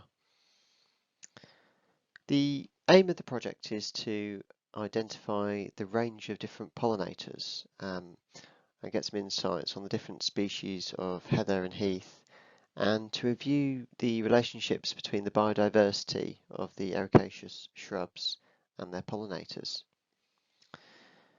Within Buckinghamshire, this includes the 3 species shown here, so Collina vulgaris, Erica cinerea, and Erica tetralix, and identifying pollinators associated with each species with a view to understanding which pollinators are important for which heather and heath species, and the implications of any results which may lead to identifying conservation actions to improve biodiversity. I'll certainly be hoping to find some interesting invertebrates from across the county to record. I'll be researching across bucks and potentially further afield, but we'll also be looking to analyse national data sets as well, with the aim to identifying patterns in the correlation of heather and heaths and different pollinators based on existing national records as well.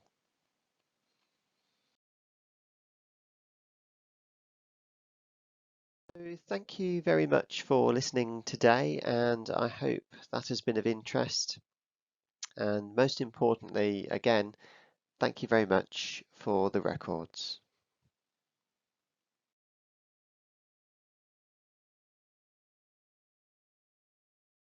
Thanks, Mark. I'm taking it that that's the end of the BMERC offerings for that section. If no one shouts.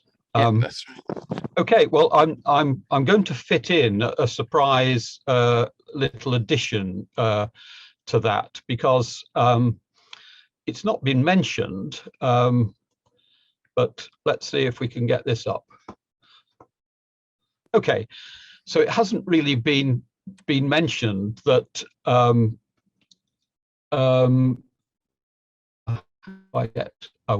forget it. It hasn't really been mentioned that Neil left between our seminars, and it's a bit of a cruel question with Mark having just proved his credentials to us, but how will BMERC manage without Neil? Well, we thought we should do something to mark this occasion, and what we have is some photographs that people have offered us, his colleagues and his friends, and you can tell just how much they are friends, because no one sent us any really awful photographs or incriminating photographs, which was a bit sad, really. We thought we'd get a few like that. Anyway, here goes. I'm just going to go through what people have sent us. Incidentally, on the left, bottom left there, that was him at Dancer's End when we had a wonderful session on galls with Michael Chinnery, Dennis Ovenden on the right, fantastic illustrator who's sadly died about a year ago, and Mike Leroy. Let's see what else we can come up with. Here we are. This is where it all started. This is Black Park in 2003. Julia says, even from the start, the strange habits of an invertebrate hunter are visible. The temptation to loiter around light bulbs, hang around odd places, and wear questionable items. Neil has an enviable selection of shirts with great insect-related motifs. We don't have a picture of these, but we've tried to reflect them in the slide backgrounds. A youthful Neil isn't going to get much for this lot of moths that he clearly was trying to sell. And at the bottom there, he's doing his best to get people interested in the Bucks Invertebrate group at an earlier recorders seminar. This is in Parham Park, bums up pose well practiced by now, and a new skill blossoms, peering intently with friends. This is at Dancer's End, more light bulbs, more peering, and probably a few other people you can recognise here. Martin Harvey on the right, I can see. Parham again, more skills being practiced, such as peering at trees this time, or at Blacklands Farm, to the right there, trying to hide in plain sight, or perhaps just looking the wrong way yet again. Here at Blacklands, again, note both parties' stable poses developed by many years in the field, well-balanced kit, comfy hats, semi-cryptic outfits, many, many pockets. And he wasn't always outdoors. He was involved here in a training session. And not all Neil's wildlife hunting has been in the UK. He's travelled widely too, this time to Sri Lanka with coconut treats and whale watching. And that's not a high-powered rifle he's carrying. Bird watching and lion kills in South Africa this time. Costa Rica seemed to involve yet more fruit and never-ending beer buying, it seems.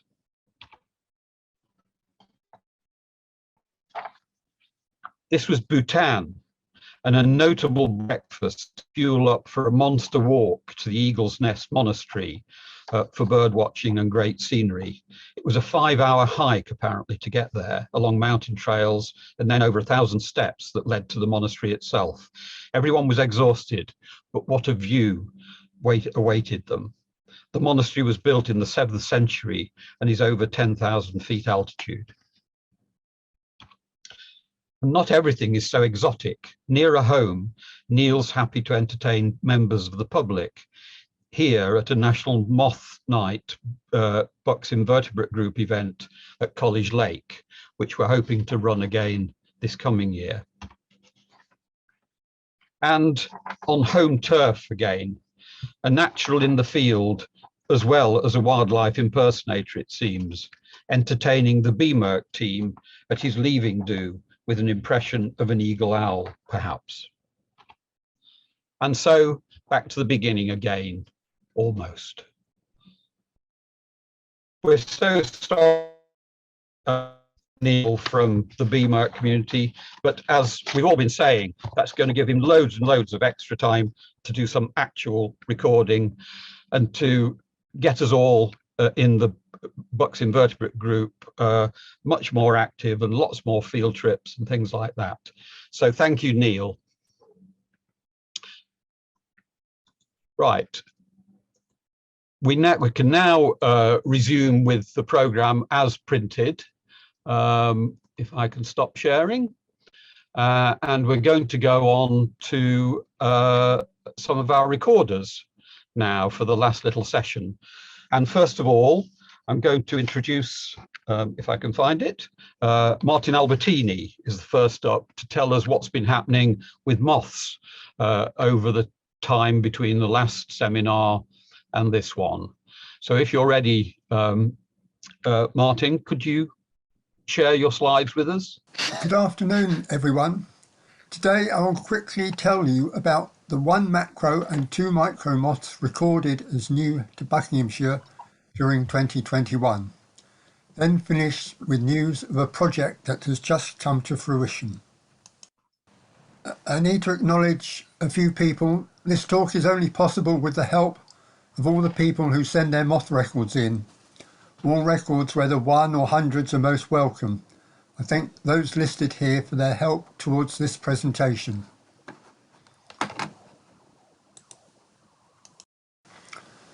Horse chestnut moth, a nationally local macro moth usually associated with heathlands of southern England and is often numerous. The larvae feed on heather and cross-leaved heath. The Bucks remnants of heathland at Stoke Common and Black Park have been fairly well recorded, but horse chestnut has never been seen there. It is known to sometimes turn up in unexpected places, and this seems to be the case for these two records in 2021. Although Denham is not too far from Black Park, Longwick is near Princess Risborough, on the edge of the Vale of Aylesbury. On this map, with records up to 2017, Bucks is arrowed in red, and the small black dots are post-2000 records, pale blue 1970 to 1999 records, and the yellow pre-1970 records. The indications are that the species is doing quite well and perhaps expanding its range. Denham in the southeast is close to the distribution limits.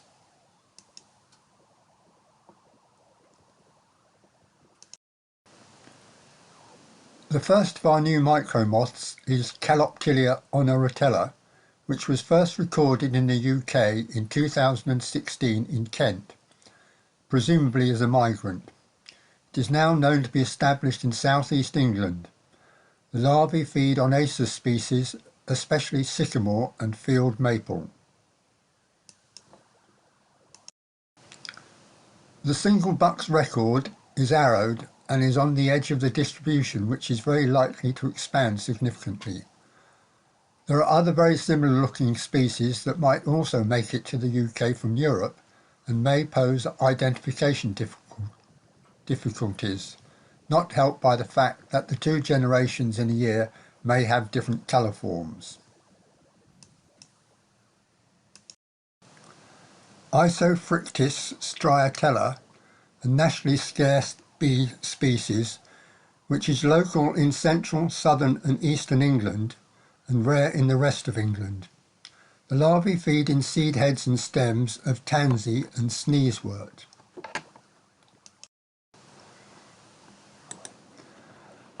The green areas on this map are where it has been recorded, and Bucks is arrowed in red. It has probably been resident in Bucks for quite a while, but has been overlooked or was hiding from us. This is the last of our moth species new to Bucks in 2021.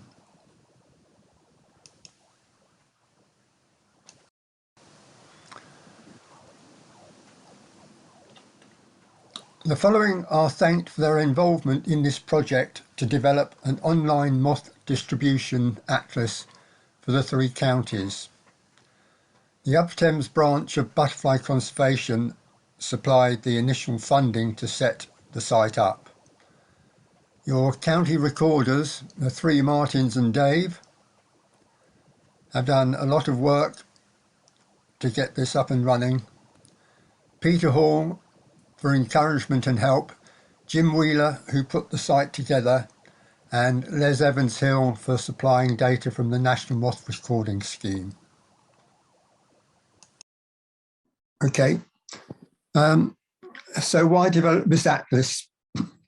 It's to show local information that's not revealed by field guides, which are normally national things for identification. It's to help current and new recorders and to let our local recorders see their results of their recording in a local context and along with others, fellow recorders in the area. It's not designed for identification. So now let's have a look at it. And this has only been online for a short while. So this is the home page with some general bits and pieces on it. I'm going to go through all this fairly quickly. A moth picture comes up each time you log in. These are pictures of recently uploaded photos, and people can submit their own photos to go up on the website if they're deemed appropriate. Martin, we're not seeing what you're seeing, I'm afraid. Oh. If you go up to the top in the green and do new share.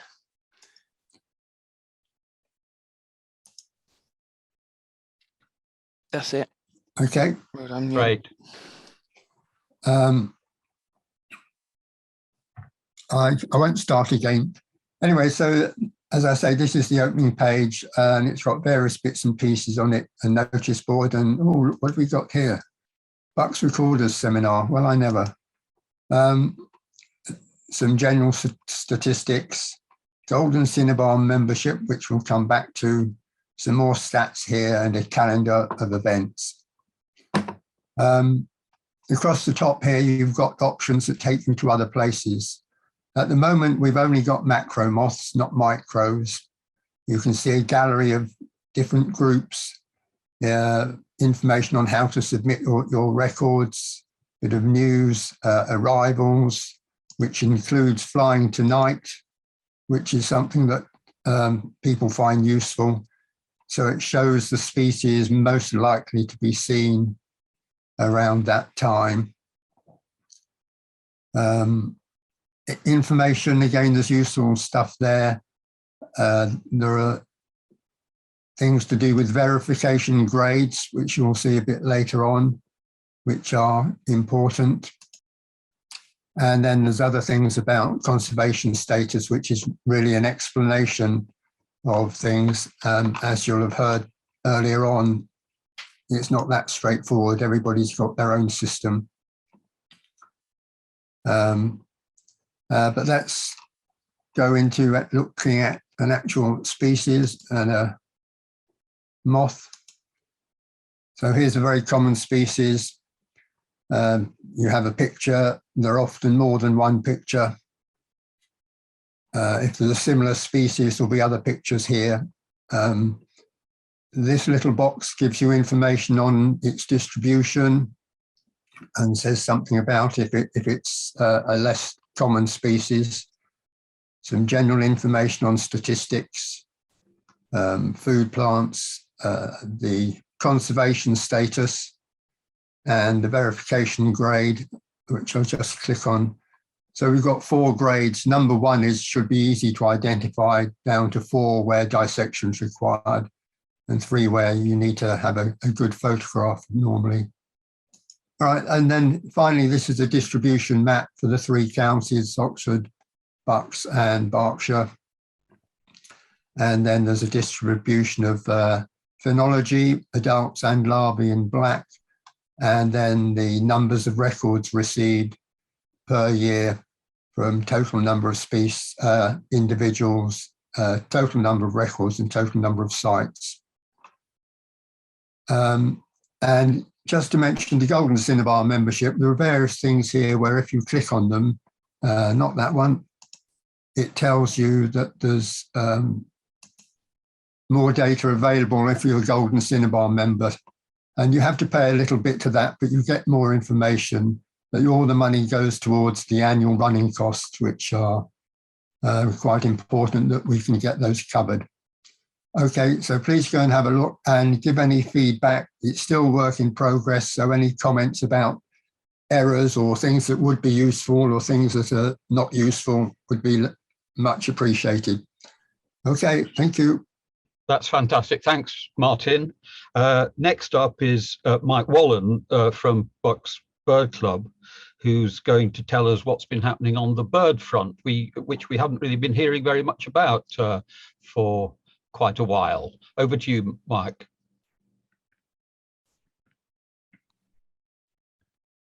Right, is that all working? Yeah. You see that all right and hear me okay? Yes. Good, excellent. Well, that's the technical side done. Right, I'll be quite quick then, try and catch up a little bit. So yeah, I've been county record now for a few years. This is our, hang on, just got to get it going, haven't I? Click on it. Okay. So we've got one user-friendly online recording system for the county highlighted there, and one county bird club. So it's much easier as far as our record keeping is concerned. So allowing for our record submissions, our record collation. It allows for confidential and sensitive records, which is really important. So we have certain species that are automatically blocked on the website. If somebody tries to put a record in of a certain species, it doesn't appear to the public. And there's only a couple of people that can see those records. So we can deal very quickly with confidential and sensitive breeding stuff. It's got a very easy search facility, which is open to everybody to go on there and search, and easy for data extraction. The number of records is going up massively. About a decade ago, we were about 1,100 a month, and we're now at 2,500 plus a month. We're probably near 3,000. And the number of observers is still increasing. So that's fantastic, really, as far as records is concerned. Working closely with BMERC, obviously. And just to mention there, Matt's obviously talking today, and we've got a current project going on with Matt in relation to looking for lesser spotted woodpeckers. And in fact, while we've been last few minutes, I've been having texts from people who are all going out tomorrow morning looking for our lesser spotted woodpeckers. So that's all come from Matt's work at BMERC and getting that going. So thank you, Matt, for that. The other thing that's greatly assisted in record assessment is digital photography. Many birders now carry digital cameras, and that has made record assessment much easier. It used to be pages and pages of notes. Nowadays, realistically, other than perhaps a couple of people, we just accept a photograph. So that's quite easy as far as lots of record submission is concerned. Okay, moving on then. So some negatives. I'm quite a positive person. We'll cover a few negatives. Social media can be a bit of a nightmare. We have some people who just take a photograph of a rare breeding bird and plaster it on Twitter or something without thinking of the implications of the site. So that can be quite challenging. And we have some people who, even though they know you shouldn't be putting stuff on social media, still do it. So that can be a challenge. Nothing really detrimental has happened yet, but it's something we need to keep an eye on. Coping with all the records, yeah, that's certainly time consuming and interesting. And again, my bottom comment there, chasing observers to record and document. So I'm just going to fly through a couple of quick pictures just to talk about some of the trends. So this is great white egret or great egret, an invader species really from the south, from Europe. We are seeing more of our herons and other species from Europe with global warming and climate change. These birds are started to invade the county. Again, not going to be particularly detrimental, but certainly we're going to see these sorts of species coming into the county much more than we've ever done in the past. So man's influence, whether it be climate change or farming practices, obviously massively affects our populations of whatever birds. So turtle dove here, this wasn't taken in bucks, I'm afraid. We've lost turtle doves now as a breeding species in bucks within the last 5 years. We've gone from 1 or 2 pairs down to a pair, and now we've gone to 0. In fact, I believe in 2021, there was 1 turtle dove seen in the whole of Buckinghamshire in the whole year. So it's a pretty sad state of affairs as far as turtle doves. Most of the problem with those has been they're feeding in the summer months and getting shot in Europe. Okay, moving on. Lapwings are waders. So lapwings, curlews, and our waders are generally in a whole world of trouble. I won't dwell on them too much. But again, you know, drainage of our wetlands and everything else is really detrimental to our farmland species. And of course, those lapwings that do get nests into arable fields can obviously find their nests often getting ploughed. So that's quite a tricky one. Waders in general are in a lot of trouble. And again, our other farmland birds like yellowhammers and buntings, again, that lack of seed in the winter because of changes of farming practices is generally detrimental to our farmland birds, and that's well documented nationally as well as Buckinghamshire. So they're in a bit of trouble. Let's get on to some positives, shall we? Raptors, really good as far as raptors are concerned. So red kites, my goodness, they are really exploding, and you'll see red kites absolutely everywhere now. So raptors are doing generally really well. And then we come on, and this is my last slide, we come on to bird number 1. Peregrine falcons really are doing incredibly well in the county. We've got our long-standing birds in Aylesbury, although they've got their own trials and tribulations at the minute because there's now so many peregrines that other ones are trying to take over their nest. Anyway, we've now got peregrine falcons in Stadium, Milton Keynes, middle of High Wycombe, on the church, right in the middle of High Wycombe, the church in Marlow, and this is a bird we're going to see around an awful lot more in our urban environments. So raptors are generally doing pretty well indeed. So a bit of a change in picture, generally positives. We're losing some stuff from farmlands, farmland birds in particular, but our raptors and other species doing really quite well. I think that's all I need to say. I'll try and catch up a little bit there, Mick, and cut it a little bit short. That's great. Thanks very much, Mike. Really nice to get that bit of news as well. Right, and finally, we've got Helen Reid, who I know really from talking about ancient trees and species in the sort of myriapod isopod group, but she's going to be talking instead, I gather, about a rarely seen publication. Over to you. Thank you, Mick. Yes, I just wanted to use this opportunity to raise awareness really about the journal that we have that covers our area. Started off very much being Oxfordshire focused, but is published jointly with BMERC and covers the wildlife of the 3 counties, so that's including Buckinghamshire. And just briefly to let you know that it started in 1990, but from volume 3 onwards, it's online and freely available, so you can access it from the website. There's been various themed volumes, as you can see here, but most of the volumes actually have a variety of different papers, and here's some of the ones that have been published recently, a range of different topics ranging from invertebrates to plants to Druce, obviously the famous botanist that many of us have read about, covering our area. So quite a range of different titles. One about entries at Burnham Beaches, have to declare an interest there, and slime molds. And then the volume coming up, one whole volume which will be devoted to the dragonflies and damselflies of Oxfordshire, which is due out later on in this year, and another couple in progress. So really just a call to everybody to read it, look at it on the website. If you don't remember the website address, if you just Google Fritillary Journal, it will come up. If you Google Fritillary, you come up with masses and masses of websites that are all irrelevant. But if you do Fritillary Journal, that will get you there. And we'd also really love to have articles written by people, so do consider writing up any little projects that you've been doing, anything you've come across that you think would be worthy of something a bit more than just a sort of note that you found it. Margaret, who's the editor, is really helpful. Articles are peer reviewed, so they go out to 2 reviewers, but I think it's important to say that to look at that in a positive light, that we're not trying to pick people up, we're trying to actually help people produce good quality papers. So there'll be lots of help available, and the articles are produced pretty quickly. We try and turn things around very quickly. They're published on the website as soon as they're available, and then every so often the printed copies are produced.